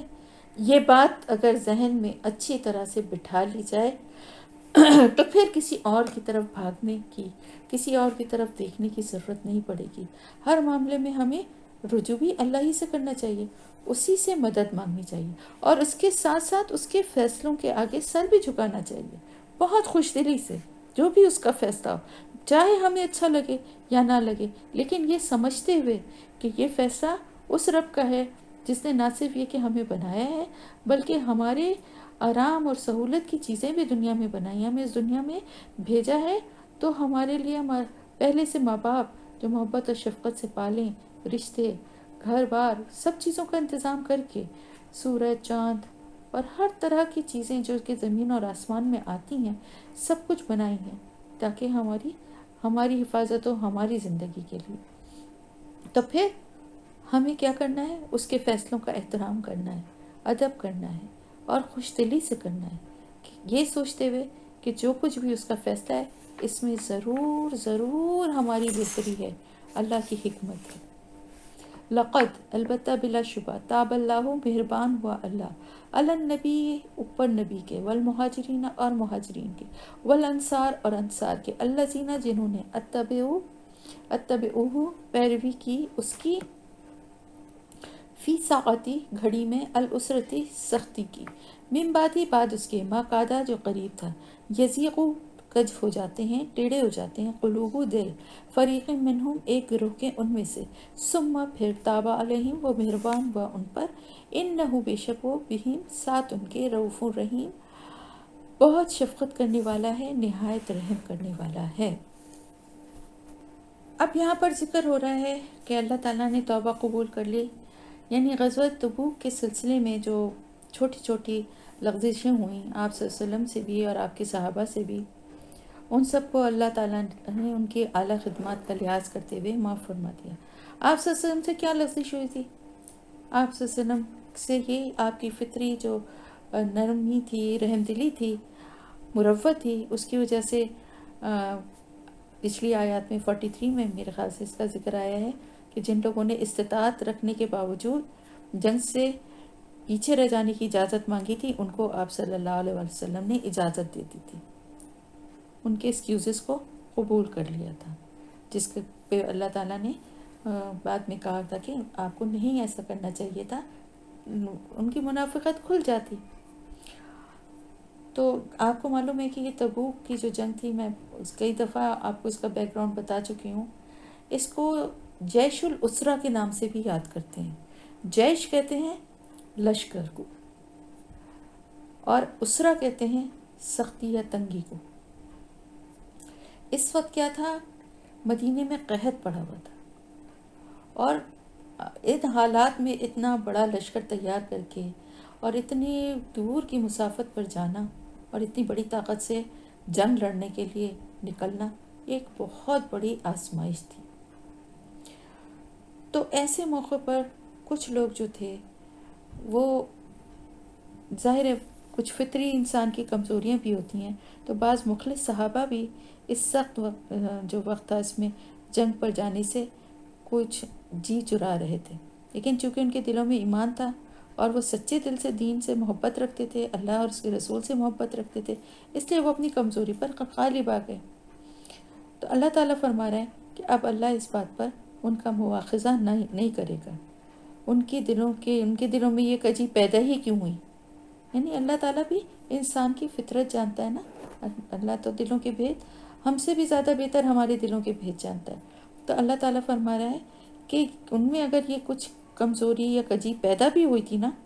تو اللہ اب اس بات پر ان کا مواخذہ اس لیے نہیں کرے گا کہ انہوں نے اس کی اصلاح بھی خود ہی کر لی تھی۔ تو انہوں نے کیا کیا تھا کہ وقتی طور پہ اگر ایسی کوئی بات آئی بھی تھی، پھر بھی انہوں نے نبی کا ہی ساتھ دیا تھا، اس بات کو دل سے نکال دیا تھا۔ تو اب اللہ اس بات پر ان کا مواخذہ نہیں کرے گا کہ دل میں بات آئی ہی کیوں تھی، ٹھیک ہے نا، سمجھ گئے؟ اور اس کی وجہ یہ ہے کہ اللہ تعالیٰ بہت ہی شفیق اور بہت ہی نہایت رحم کرنے والا ہے۔ تو جن لوگوں نے بھی مہاجرین اور انصار میں سے اللہ کے رسول کا ساتھ دیا، ان کی پیروی کی، اس مشکل اور تنگ سختی کی جو گھڑی تھی اس میں، تو اور ایسے حالات تھے کہ قریب تھا کہ ان کے دل جو ہیں وہ ٹیڑھے ہو جائیں گے، یعنی ان میں کچھ ایسی بات آ جائے گی کہ وہ انکار نہ کر دیں، لیکن انہوں نے کیا کیا؟ ان میں سے ایک گروہ کی ذکر ہو رہا ہے، یعنی کچھ ایسے مسلمان بھی تھے جو ڈاواڈول ہو رہے تھے، لیکن انہوں نے کیا کیا؟ مضبوطی سے اللہ کے رسول کی بات کے اوپر جم گئے، اور پھر اللہ بھی ان پر مہربان ہو گیا، اور اللہ تعالیٰ بہت شفقت کرنے والا اور بہت رحم کرنے والا ہے۔ وَعَلَى الثَّلَاثَةِ، اور اوپر ان تینوں کے، الذین جو خلفوا، ملتوی کر دیا گیا، چھوڑ دیا گیا، حتیٰ یہاں تک کہ اذا جب ضاقت تنگ ہو گئی، علیہم ان پر، الارض زمین، بما باوجود اس کے جو رحبت کھلی تھی یا کشادہ تھی، وضاقت اور تنگ ہو گئے، علیہم ان پر، انفسہم نفس ان کے، وظنوا اور انہوں نے یقین کر لیا، ان کہ لا ملجا نہیں کوئی جائے پناہ، من اللہ اللہ سے، الا مگر الہی طرف اسی کے، ثم پھر توبہ وہ مہربان ہوا، علیہم ان پر، لیتوبوا تاکہ وہ توبہ کریں، ان اللہ بے شک اللہ تعالیٰ، ہوا وہ، التواب الرحیم بہت توبہ قبول کرنے والا ہے، نہایت رحم کرنے والا ہے۔ اب یہاں پر دوبارہ سے بات ہو رہی ہے انہی تین صحابہ کی۔ آپ نے جب کر رہے تھے ہم، تو میں نے آپ سے کہا تھا نا کہ آگے ابھی ان کا ذکر دوبارہ سے آئے گا جب ان کو معافی دی جائے گی، تو میں بتا دوں کہ تاکہ آپ کو یاد آ جائے کہ تین صحاب تھے، کعب بن مالک، ہلال بن امیہ اور مرارہ بن ربی رضی اللہ عنہ۔ یہ تینوں سچے مومن تھے، اپنی اخلاص کا بار بار ثبوت دے چکے تھے، قربانیاں دے چکے تھے۔ آخر کے دو جو ہیں وہ تو غزوہ بدر کے بھی میں شامل تھے، اور غزوہ بدر کے میں جو شامل تھے ان کے لیے اللہ پاک نے ان کو تو ہر اس سے بری کر دیا، اور ان کے دل ظاہر ایمان سے کسی قسم کا بھی شک و شبہ نہیں تھا ان کے ایمان کے بارے میں۔ اور جو کعب بن مالک تھے وہ بھی بدری صحابی تو نہیں تھے، لیکن اس کے علاوہ ہر غزوے میں آپ وسلم کے ساتھ رہے تھے، اور اس کے باوجود بھی اس نازک موقع پر انہوں نے سستی دکھائی، جبکہ تمام لوگوں کو کہا گیا تھا کہ وہ تمام اہل ایمان جنگ کے لیے نکل آئیں، تو اب ان کی اس پر سخت گرفت کی گئی۔ آپ صلی اللہ علیہ وسلم نے واپس آ کر تشریف لا کر مسلمانوں کو حکم دیا تھا کہ کوئی ان سے کوئی کسی قسم کا سلام دعا نہ رکھے، ان سے کوئی بات چیت نہ کرے، ان سے بالکل الگ رہیں، ان کو الگ کر دیا جائے۔ تو 40 دن تک اسی سچویشن میں رہنے کے بعد ان کی بیویوں کو بھی ان سے الگ رہنے کی تاکید کر دی گئی، اور مدینے کی بستی میں ان کا وہی حال ہو گیا جس کی تصویر اس آیت میں کھینچی گئی ہے۔ کیا تصویر کھینچی گئی ہے؟ آپ نے دیکھا نا کہ زمین ان کے لیے تنگ ہو گئی باوجود اس کے کہ وہ کشادہ تھی، اور ایسا انہوں نے یقین کر لیا، ان کو ظاہر یہ لگنے لگا کہ سوائے اللہ کے اب کوئی ان کی جائے پناہ نہیں ہے، کیونکہ کوئی ان سے بات ہی نہیں کرتا تھا۔ اور 40 دن کے بعد جب بیویوں کو بھی ان سے الگ رہنے کی ہدایت کر دی گئی، تو پھر تو بالکل ہی کوئی ایسا نہیں تھا کہ جو ان کا خیال رکھے یا ان سے دو جملے ہی بول لے۔ اب یہ بہت بڑی ایک سزا تھی، یعنی یہ تو ایک تو اپنے گناہ پہ ندامت اور اس کا احساس، وہ احساس شرمندگی، اس کے بعد ایک یعنی ہیوملیشن کہیں کہ کیا کہیں کہ مطلب ہر طرف سے لوگ جو ہیں ایسے لگ رہا ہے کہ جیسے یہ موجود ہی نہیں ہے، وہ گھر میں بند، اگر باہر بھی نکلیں تو لوگ ایسے گزر جائیں ان کے پاس سے جیسے کہ وہ ہیں ہی نہیں موجود۔ ان میں سے حضرت کعب بن مالک نے اپنا قصہ جو ہے وہ بہت تفصیل کے ساتھ بیان کیا ہے، جو بہت سبق آموز ہے، تو میں اس کو مختصراً بتاتی ہوں کہ انہوں نے کہا کہ غزوہ تبوک کی تیاری کے زمانے میں جب آپ صلی اللہ علیہ وسلم نے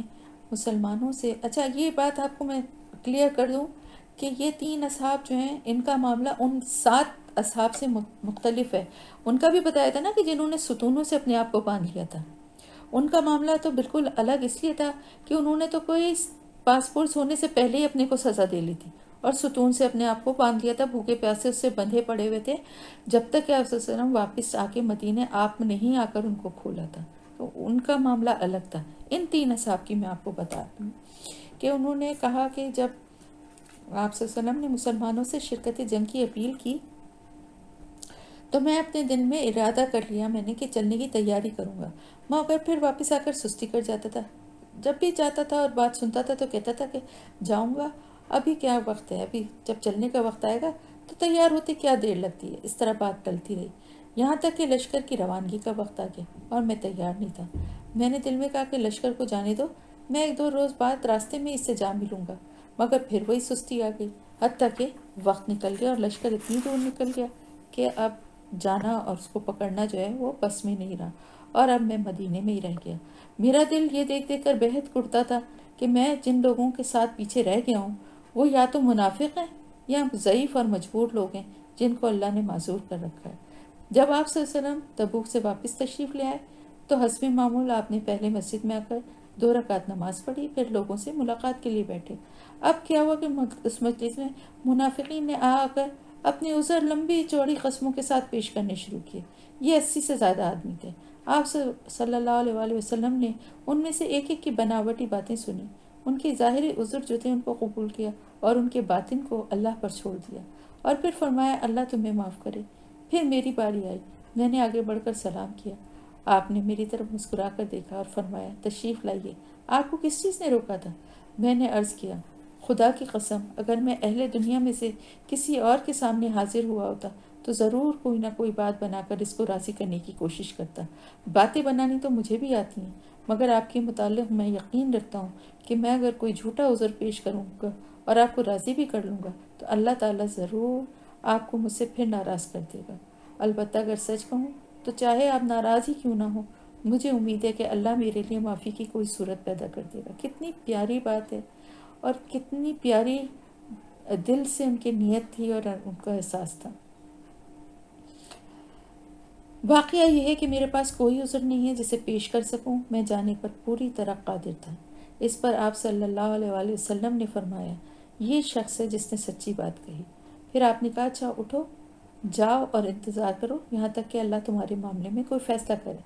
میں اٹھا اور اپنے قبیلے کے لوگوں میں جا بیٹھا۔ اب وہاں جب گئے تو سب ان کے پیچھے پڑ گئے کہ ان کو ملامت کرنے لگے کہ تم بھی کوئی عذر پیش کر دیتے، تم نے کیوں نہیں کہا۔ اب یہ باتیں سن کے کہیں گے مجھے بھی یہ لگنے لگا کہ شاید میں نے صحیح نہیں کیا، لیکن جب مجھے معلوم ہوا کہ 2 اور لوگوں نے بھی سچی بات ہی کہی ہے آپ کے پاس آ کر تو مجھے تسکین ہوئی اور میں اپنی سچائی پر جمع رہا۔ اب کیا ہوا کہ ہم تینوں آدمیوں سے آپ صلی اللہ علیہ وسلم نے کیونکہ عام حکم دے دیا تھا اس سے ہم تینوں آدمی سے کوئی بات نہیں کرتا تھا۔ وہ دونوں تو گھر بیٹھ گئے مگر میں نکلتا تھا، جماعت کے ساتھ نماز پڑھتا تھا، بازاروں میں چلتا پھرتا تھا، مگر کوئی مجھ سے بات نہ کرتا تھا۔ ایسا لگتا تھا کہ زمین بالکل بدل گئی ہے، میں یہاں اجنبی ہوں، اس بستی میں کوئی بھی میرا جاننے والا نہیں ہے۔ میں مسجد جاتا نماز کے لیے تو آپ وسلم کو سلام کرتا، مگر بس انتظار ہی رہ جاتا تھا کہ جب آپ کے لیے آپ کے ہونٹ جنبش کریں۔ نماز میں نظریں چرا کر آپ وسلم کو دیکھتا کہ آپ کی نگاہیں مجھ پر کیسے پڑتی ہیں، مگر وہاں یہ حال تھا کہ جب تک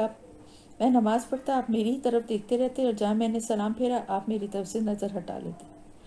مقصد یہ کہ بہت ہی زیادہ، یہاں تک کہ انہوں نے اپنے ایک چچا زاد بھائی جو بچپن کے ان کے دوست تھے ان کے باغ کی دیوار پر چڑھ کر انہیں سلام کیا، مگر انہوں نے بھی سلام کا جواب نہیں دیا۔ پھر انہوں نے ان سے کہا ابو قتادہ میں تمہیں اللہ کی قسم دے کے پوچھتا ہوں کیا میں اللہ اور اس کے رسول سے محبت نہیں رکھتا؟ وہ خاموش ہے۔ میں نے پھر پوچھا، وہ خاموش ہے۔ 30 دفعہ جب پھر میں نے قسم دے کر یہی سوال کیا تو انہوں نے بس اتنا کہا اللہ اور اس کا رسول بہتر جانتا ہے۔ تو اچھا یہ ایک طرف یہ بھی تھا، دوسری طرف آپ دیکھیں کہ شاہ غسان کا خط جو ہے شام کے جو وہ تھے بازنطین، ان وہاں کا جو بادشاہ تھا اس نے خط ان کے لیے بھیجا جس میں لکھا تھا کہ ہم نے سنا ہے کہ تمہارے صاحب نے تم پر بہت ظلم توڑ رکھا ہے، تم کوئی ذلیل آدمی نہیں ہو، نہ اس لائق ہو کہ تمہیں ضائع کیا جائے، ہمارے پاس آ جاؤ، ہم تمہاری قدر کریں گے۔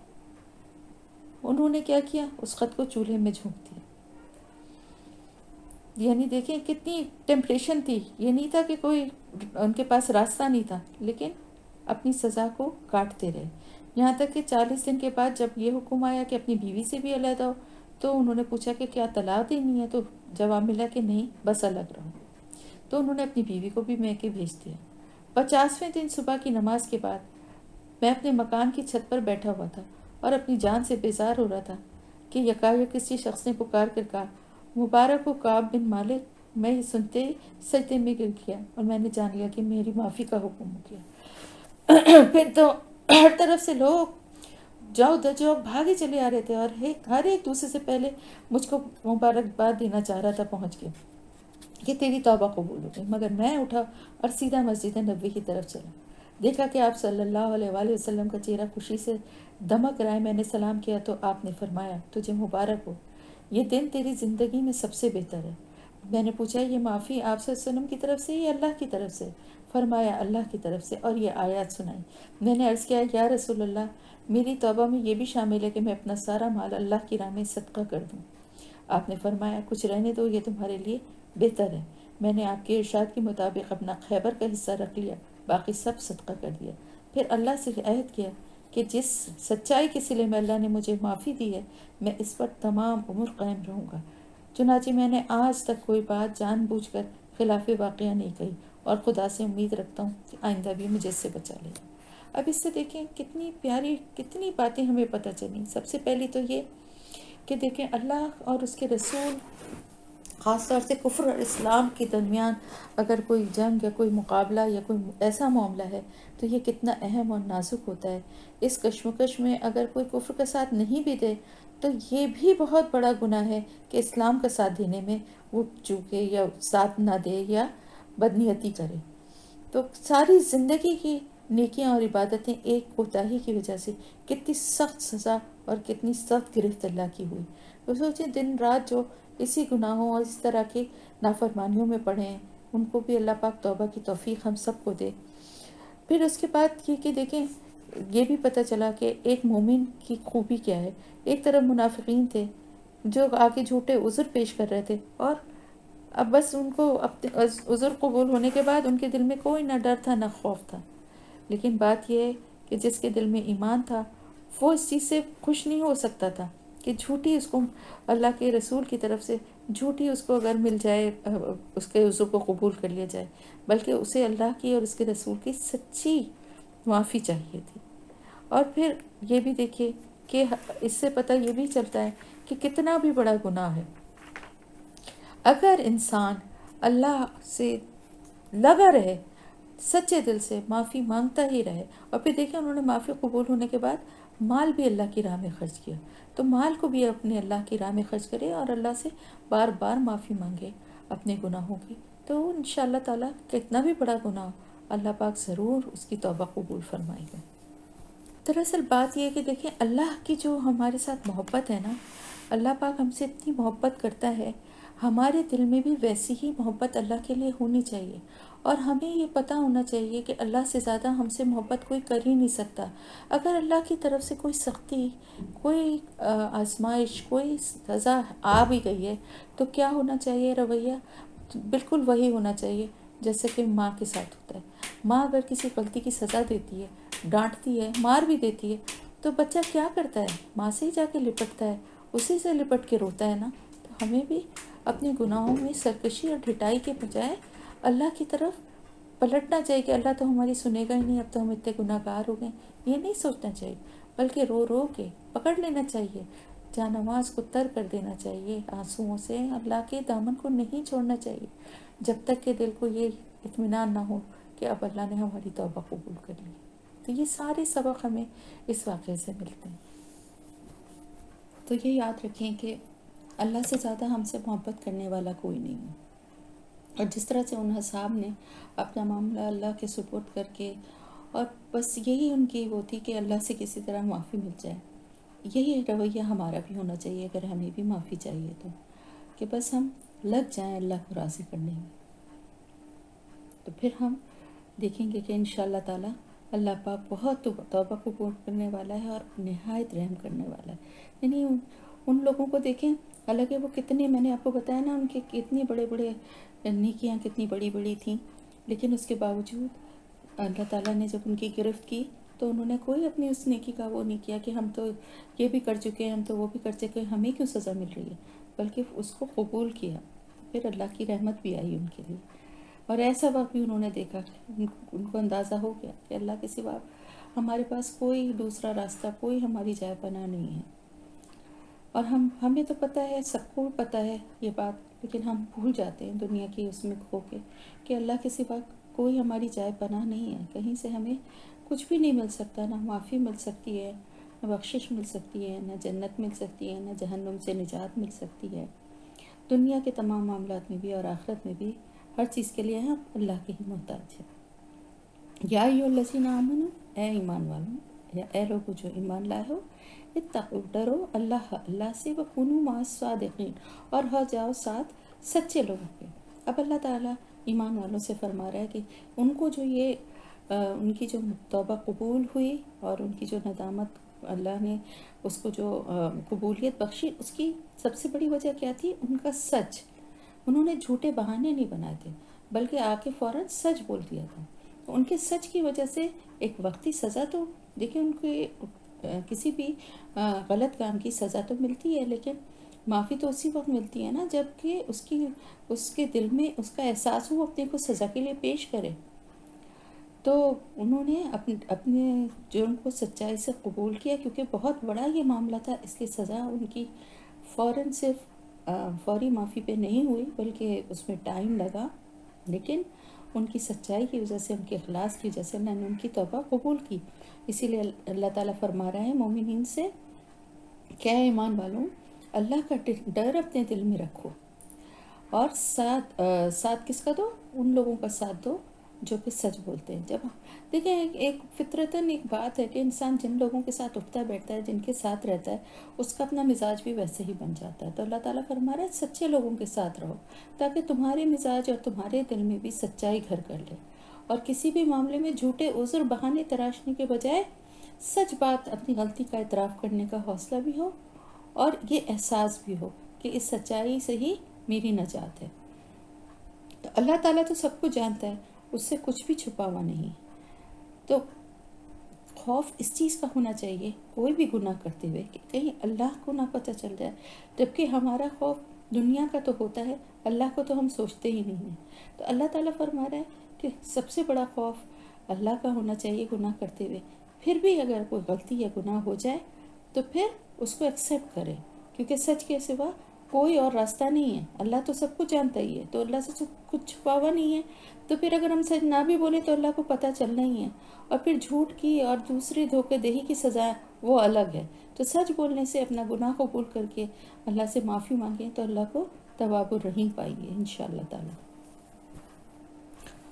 ماں کانا نہ تھا لأہل المدینہ، مدینے والوں کے لیے، ومن حولہم، اور اس کے آس پاس، من العرابی، عراب میں سے، ان یتخلفوا، کہ وہ پیچھے رہ جائیں، ان رسول اللہ، اللہ کے رسول سے، ولا، اور نہ، یرغبوا، وہ رغبت رکھیں، بانفسہم، اپنے جانوں کے ساتھ، ان نفسہ، آپ کی جان سے بڑھ کر، ذالکہ، یہ، بانہم، بوجہ اس کے کہ وہ، لا یصیبہم، نہیں پہنچتی انہیں،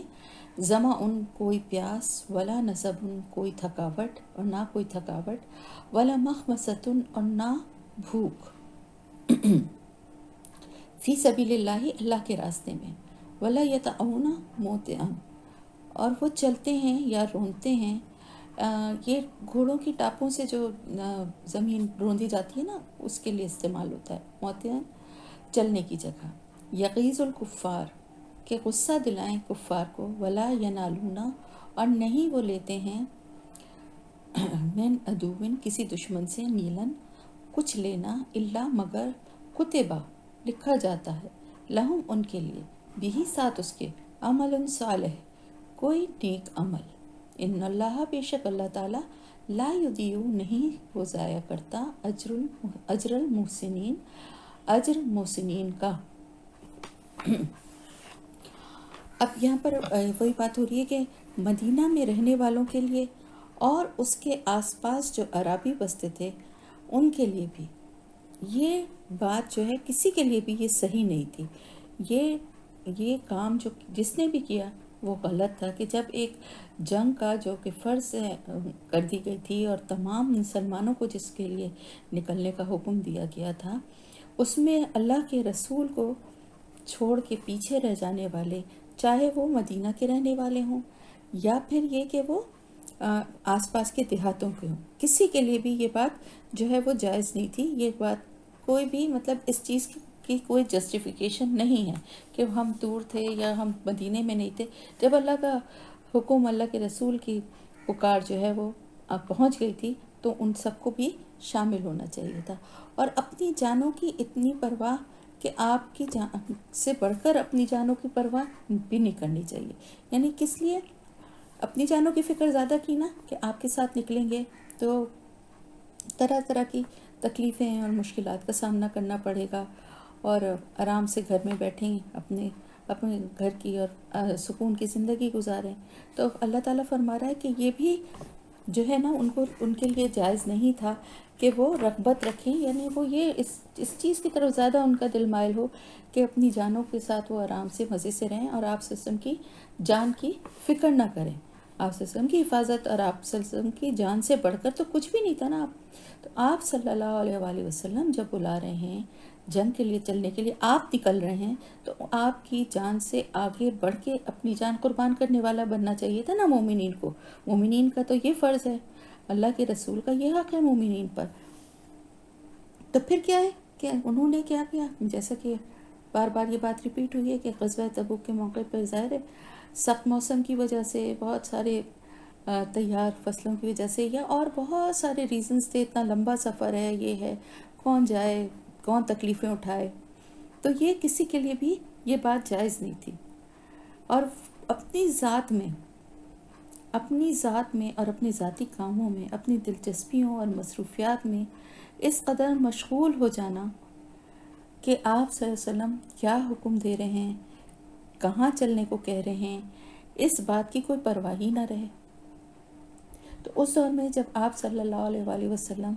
موجود تھے ان کے درمیان، تو آپ کے حکم کی اہمیت تھی، اور آج بھی آپ کے حکم کی اہمیت ہے. اب آپ ڈائریکٹلی ہمیں حکم تو نہیں دے رہے، لیکن جو آپ کی پیروی کرنے کے لیے، جو آپ کی سنت کے طریقے ہیں، جس طرح سے بتایا گیا ہے، ان پہ عمل کرتے ہوئے اپنی جانوں کی پرواہ کرنا جو ہے، آپ صلی اللہ علیہ وسلم کے حکم کے آگے اپنی جانوں کی، اپنے آراموں کی فکر کرنا، یہ جو ہے اللہ کے نزدیک سخت ناپسندیدہ ہے.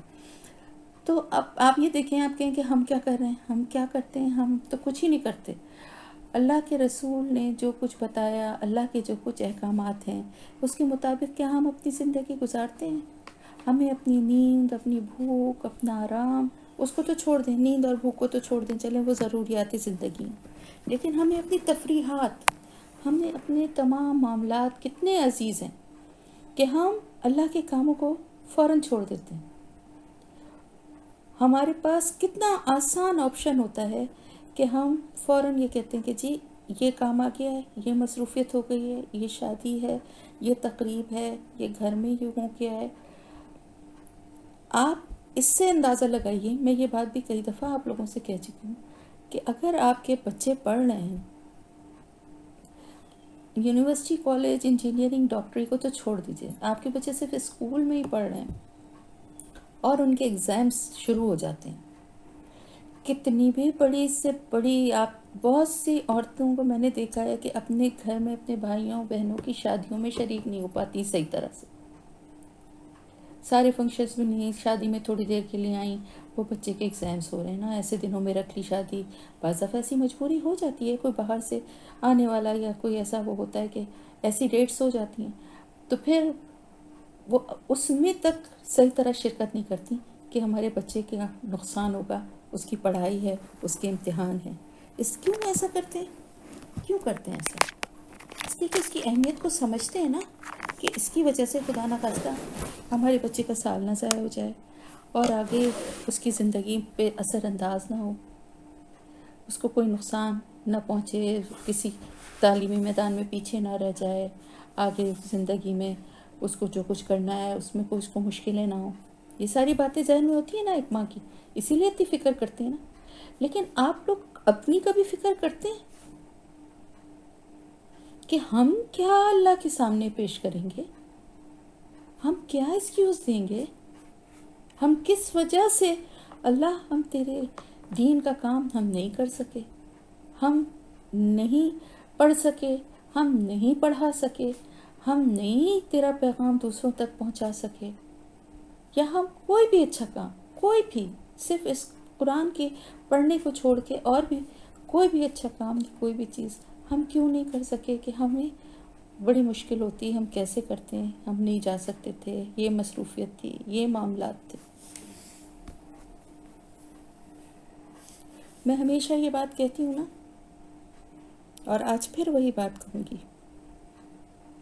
کہ عذر ہمیشہ وہ ہونا چاہیے جو اللہ کے پاس قابل قبول ہو۔ تو ان لوگوں کا ذکر اللہ تعالیٰ یہاں فرما رہا ہے کہ جو اللہ کی راہ میں کسی بھی مشکل کا سامنا کرتے ہوئے پیچھے نہیں ہٹتے۔ تو اللہ تعالیٰ فرما رہا ہے کہ انہیں کوئی بھی ایسی تکلیف نہیں پہنچتی جس کا کہ اللہ کے پاس ان کو اجر نہ ملے۔ اللہ تعالیٰ فرما رہا ہے کہ کوئی پیاس، ظمأ جو ہے نا، شدید پیاس کا جو شدید درجہ ہے نا، وہ ہے، عام پیاس نہیں ہے یہ۔ ولا نصبن، اور نہ کوئی تھکاوٹ، اور نہ مخمصتن بھی جو ہے نا، مخمصتن بھی بھوک انتہائی، یعنی یہ وہ آپ نے پڑھا تھا نا کہ جس حالت اضطرار جو ہے، تو اس میں بھی اسی لفظ کا ذکر تھا نا کہ انتہائی ایسی بھوک ہے جس میں انسان مرنے کے قریب ہو جائے، ایسی شدید بھوک۔ کیونکہ آپ کو معلوم ہے کہ جب جنگ کے لیے یہ لوگ نکلے تھے تو بہت محدود کھانے پینے کا سامان تھا، اور ظاہر اتنا لمبا راستہ تھا، سفر تھا، تو پانی کی بھی مشکل تھی، کھانا بھی بہت محدود تھا، اور اتنے لمبے سفر سے تھکاوٹ آپ خود سوچ سکتے ہیں کتنا لمبا سفر تھا، اس میں چلتے ہوئے جانا، سواریوں پہ ہی بے شک ہوں، لیکن آپ کبھی کلفٹن یا ہاکس بے وغیرہ پہ گئے ہوں اور کبھی گھوڑے پہ بیٹھے ہوں تو آپ کو اندازہ ہوگا کہ 2-3 رائڈز اگر آپ ان کے 2-3 چکر اگر ایک ساتھ لگا لیں تو گھر واپس آ کے آپ کی ٹانگوں میں اور آپ کس قدر درد ہوتا ہے پورے جسم میں۔ تو مستقل گھوڑے پہ بھی بیٹھنا اور اتنی لمبی سواری کرنا کوئی آسان کام تو نہیں تھا نا۔ تو لیکن یہ سب کچھ کس کے لیے تھا؟ اللہ کے راستے میں۔ اور نہیں وہ یہ سب کس لیے کر رہے تھے؟ یعنی نہیں، نہ تو پیاس، نہ تو بھوک، نہ تو تھکاوٹ، یہ سب کچھ اللہ کے راستے میں تھی، اور نہ ہی وہ چلتے تھے یا روندہ گھوڑوں کے ٹاپوں سے، جو میں نے آپ کو بتایا نا کہ یہ لفظ آتا ہے، تو وہ جگہ جو گھوڑوں کے ٹاپوں سے روندی جائے، تو وہ یعنی وہ سفر کا وہ جو راستہ ہے، وہ راستہ جو وہ طے کر رہے تھے کہ جا کے کفار سے مقابلہ کریں، ان کو غصہ دلائیں، ان سے جنگ کریں، اور نہ ہی کوئی ایسی چیز وہ حاصل کرتے تھے، یعنی اللہ کے راستے میں جو کچھ بھی ان کو ملتا تھا، جو کچھ بھی ہے، وہ جو کچھ میں کیا گیا، یعنی مال غنیمت بھی جو ان کو ملتا ہے، اور جو کچھ بھی تکلیفیں اٹھاتے ہیں، دونوں چیزیں آ گئیں راستے میں، تو دونوں چیزیں ہی ہیں نا، کہ جب راستے کی تکلیفیں ہیں نہیں وہ حاصل کرتے یا لیتے کسی دشمن سے کچھ بھی، وہ کیا؟ مال غنیمت۔ جب جنگ ہوتی ہے اور اس کے بعد فتح ہوتی ہے تو مال غنیمت تو ایک مسلمان کے تو پیش نظر مال غنیمت نہیں ہوتا نا، وہ تو جنگ کے لیے اللہ کی رضا کے لیے نکلتا ہے۔ تو اللہ پاک اس بات کو یہاں پہ بتا رہا ہے کہ ان کے سب کچھ لکھ لیے جاتے ہیں، ان کے کوئی نیکی کا کوئی عمل جو ہے وہ ایسا نہیں ہے کہ جو نہیں لکھا جائے، یہ سب ان کے نیک عمل جو ہیں وہ لکھ لیے جاتے ہیں، اور اللہ تعالیٰ ان کے اجر کو ضائع کرنے والا نہیں ہے۔ اللہ تعالیٰ بڑا قدردان ہے، وہ محسنین کا اجر ضائع نہیں کرتا۔ تو اب آپ یہ دیکھیے کہ نیند کو قربان کرنا، ظاہر ہے رات کو پہرے بھی دیے جاتے تھے، کچھ لوگ سوتے تھے، کچھ لوگ پہرے دیتے تھے، ڈیوٹیز ہوتی تھیں، سکون سے آرام سے پڑھ کے سو بھی نہیں سکتے تھے سارے دن کی تھکن کے بعد، تو ان ساری چیزوں کی وہ کوئی پرواہ نہیں کرتے تھے اگر، تو اللہ تعالیٰ کتنی محبت سے، کتنے پیارے انداز میں ان کی قدردانی فرما رہا ہے کہ یہ سارے کام جو کچھ بھی وہ کر رہے ہیں اور جو کچھ بھی راستے کی وہ تکلیفیں اٹھا رہے ہیں، یہ سب ان کے لیے اجر لکھا جائے گا۔ تو اب آپ دیکھیں کہ کتنی پیارے اللہ کے وعدے ہیں، اور کس طرح سے گارنٹی والے وعدے ہیں یہ، کہ اپنی نیند اور اپنے آرام کو،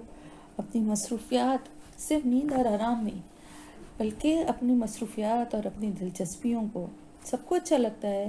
جمع ہونا، بیٹھنا، باتیں کرنا، ٹی وی دیکھنا، پروگرام ڈرامے دیکھنا، ڈسکشن کرنا، فون پہ گھنٹوں باتیں کرنا، سب کو بڑا مزہ آتا ہے نا۔ لیکن اگر ان چیزوں کو آپ کم کر رہے ہیں، اگر آپ اللہ کے کام کے لیے وقت نکال رہے ہیں اور ان چیزوں کو اپنی زندگی سے کم کرتے جا رہے ہیں، تو یہ یاد رکھیں کہ اللہ پاک کے پاس سب لکھا جا رہا ہے، آپ کا ہر نیک عمل لکھا جا رہا ہے۔ یہ صرف ان کے لیے ہی نہیں ہے، ہمارے لیے بھی ہے،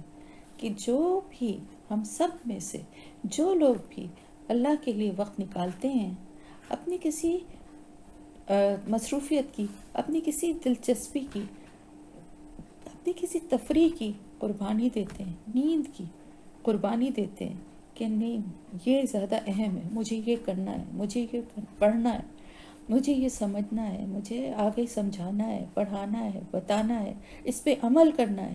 اب اس چیز میں جتنی مشکل وہ اٹھا رہے ہیں، جتنا وہ وقت لگا رہے ہیں، یہ سب اللہ کے پاس لکھا جا رہا ہے، اور اللہ تعالیٰ اجر ضائع نہیں کرتا محسنین کا۔ محسنین نیک کام کرنے والے جو ہیں نا، ان کا اجر اللہ پاک ضائع نہیں کرتا۔ ولا ينفقون، اور نہیں وہ خرچ کرتے، نفقتاً کوئی خرچ کرنا، صغیرتاً چھوٹا، ولا کبیرتاً اور نہ بڑا، ولا اور نہیں، یقطعون وہ پار کرتے، وادین کوئی وادی، الا مگر کتبہ لکھا جاتا ہے، لہم ان کے لیے، لیجزیہم تاکہ بدلہ دے انہیں، اللہ احسنہ بہترین، ما کانوا یعملون جو وہ عمل کرتے تھے، جو کچھ بھی وہ عمل کرتے تھے۔ تو نہ صرف یہ کہ ان کے وہ تکلیف جو وہ اٹھا رہے ہیں اس سفر میں، بھوک پیاس کی، تھکن کی، یا جو بھی سفر طے کر رہے ہیں، اس کے علاوہ وہ جو کچھ بھی خرچ کر رہے ہیں، چاہے تھوڑا کریں یا زیادہ، یعنی ظاہر جنگ کے لیے نکلے ہیں تو خرچ بھی تو کیا ہے نا، مال تیاری بھی تو کی ہے نا نکلنے کے لیے، تو اس سلسلے میں جو کچھ بھی خرچ کیا ہے، اور اس کے علاوہ بھی اللہ کی راہ میں جو کچھ بھی انہوں نے خرچ کیا، اور آج بھی جو کوئی بھی چھوٹا یا بڑا جو کچھ بھی خرچ کرتا ہے، دیکھیں ہم کو وہ چیز ہو سکتا ہے تھوڑی لگ رہی ہو، چھوٹی لگ رہی ہو، لیکن جو خرچ کر رہا ہے اس کے لیے بڑی ہو، جیسے وہ صاحب جن کے کھجوروں کا میں نے واقعہ بتایا تھا۔ تو بات یہ ہے کہ اللہ پاک کے پاس آپ کی نیت اور آپ کا اخلاص قبول ہوگا، کوانٹٹی نہیں ہوگی نا، کوالٹی ہوگی، تو وہ تھوڑی ہو یا بڑی ہو، اگر خالص اللہ کی رضا کے لیے نیت سے وہ چیز خرچ کی جائے گی، تو وہ کسی وادی کو طے کریں گے، دشمن تک پہنچنے کے لیے کوئی راستہ طے کریں گے، یعنی جیسے دیکھیں نا، نماز کے لیے بھی کہتے ہیں نا کہ مسجد تک جاتے ہوئے ہر قدم پہ نیکیاں ملتی ہیں نا، تو اسی طرح سے یہاں پر بھی وہی بات ہے کہ جس وادی کو، جس راستے کو طے کریں گے، تو دشمن سے مقابلہ کرنے کے لیے یا اللہ کے دین کی اشاعت کے لیے، دیکھیں لوگ دین کی تبلیغ کے لیے بھی نکلتے ہیں، لمبے لمبے سفر کرتے ہیں، ان کے لیے بھی ہے، تو پھر یہ سب کچھ ان کے لیے لکھا جاتا ہے بہترین اللہ کی طرف سے اجر دینے کے لیے۔ اللہ تعالیٰ نے بہترین اجر دے گا اس کا، جو بھی وہ یہ عمل کر رہے ہیں ان کا۔ وما کانا اور نہیں ہے کہ المومنون مومنین لینفروا کہ نکل پڑیں یا نکلیں، کافتاً سارے کے سارے، فلولا پھر کیوں نہ، نفرا نکلی، من کلی فرقتن ہر گروہ سے، منہم ان میں سے، طائفتن ایک جماعت، لیتفقہوا تاکہ وہ سمجھ بوجھ حاصل کریں، پھر دینی دین میں، ولینذروا اور تاکہ وہ خبردار کریں، قومہم اپنی قوم کو، اذا جب رجعوا وہ لوٹیں، الیہم ان کی طرف، لعلہم تاکہ وہ، یحذرون وہ بچیں۔ پہلے ہم پڑھ چکے ہیں نا کہ جہاں پچھلی آیات میں 97 میں جو اللہ تعالیٰ نے فرمایا کہ جو عرابی ہیں، بدو ہیں، کفر و نفاق میں زیادہ سخت ہیں، اور ان کے معاملے میں اس بات کے امکانات زیادہ ہیں کہ دین کے حدود سے وہ ناواقف ہیں، جو اللہ نے اپنے رسول پر نازل کیا، یعنی وہ ابھی تک ناواقف ہیں۔ تو وہاں پر یہ بات اللہ تعالیٰ نے جس طرح سے بتائی تھی، اب آگے اسی کے بارے میں بات ہو رہی ہے کہ جو دارالاسلام یعنی مدینہ جو تھا، مدینہ سے جو دور دیہاتی آبادی تھی، اس کا زیادہ تر حصہ جو تھا وہ اسی نفاق کے مرض میں مبتلا تھا، اور اس کی سب سے بڑی وجہ یہی تھی کہ یہ سارے کے سارے لوگ جہالت میں پڑے ہوئے تھے، علم کے مرکز سے دور ہونے کی اور اہل علم کی صحبت میسر نہ آنے کی وجہ سے اللہ کے دین کی حدود ان کو معلوم ہی نہیں ہے۔ تو اب ان کی تربیت کے لیے یہ فرمایا جا رہا ہے کہ وہ دیہاتی آبادی جو ہے اس کو اسی حالت میں چھوڑ نہ دیا جائے، بلکہ ان کی جہالت کو دور کرنے کے لیے اور اب ان کے اندر اسلامی شعور پیدا کرنے کے لیے ایک باقاعدہ انتظام کرنا چاہیے۔ اس قرض کے لیے یہ ضروری نہیں ہے کہ تمام دیہاتی جو ہیں وہ اپنے اپنے گھروں سے، جو عرابی ہیں وہ اپنے اپنے گھروں سے نکل کر مدینے آ جائیں، سب وہاں اپنے گھر چھوڑ دیں اور یہیں علم حاصل کریں، کیونکہ یہ ممکن نہیں تھا نا۔ اس کے بجائے ہونا یہ چاہیے کہ ہر دیہاتی علاقے اور ہر بستی، یعنی ان کے جو قبیلے اور جو گروہ تھے ان میں سے چند آدمی نکل کر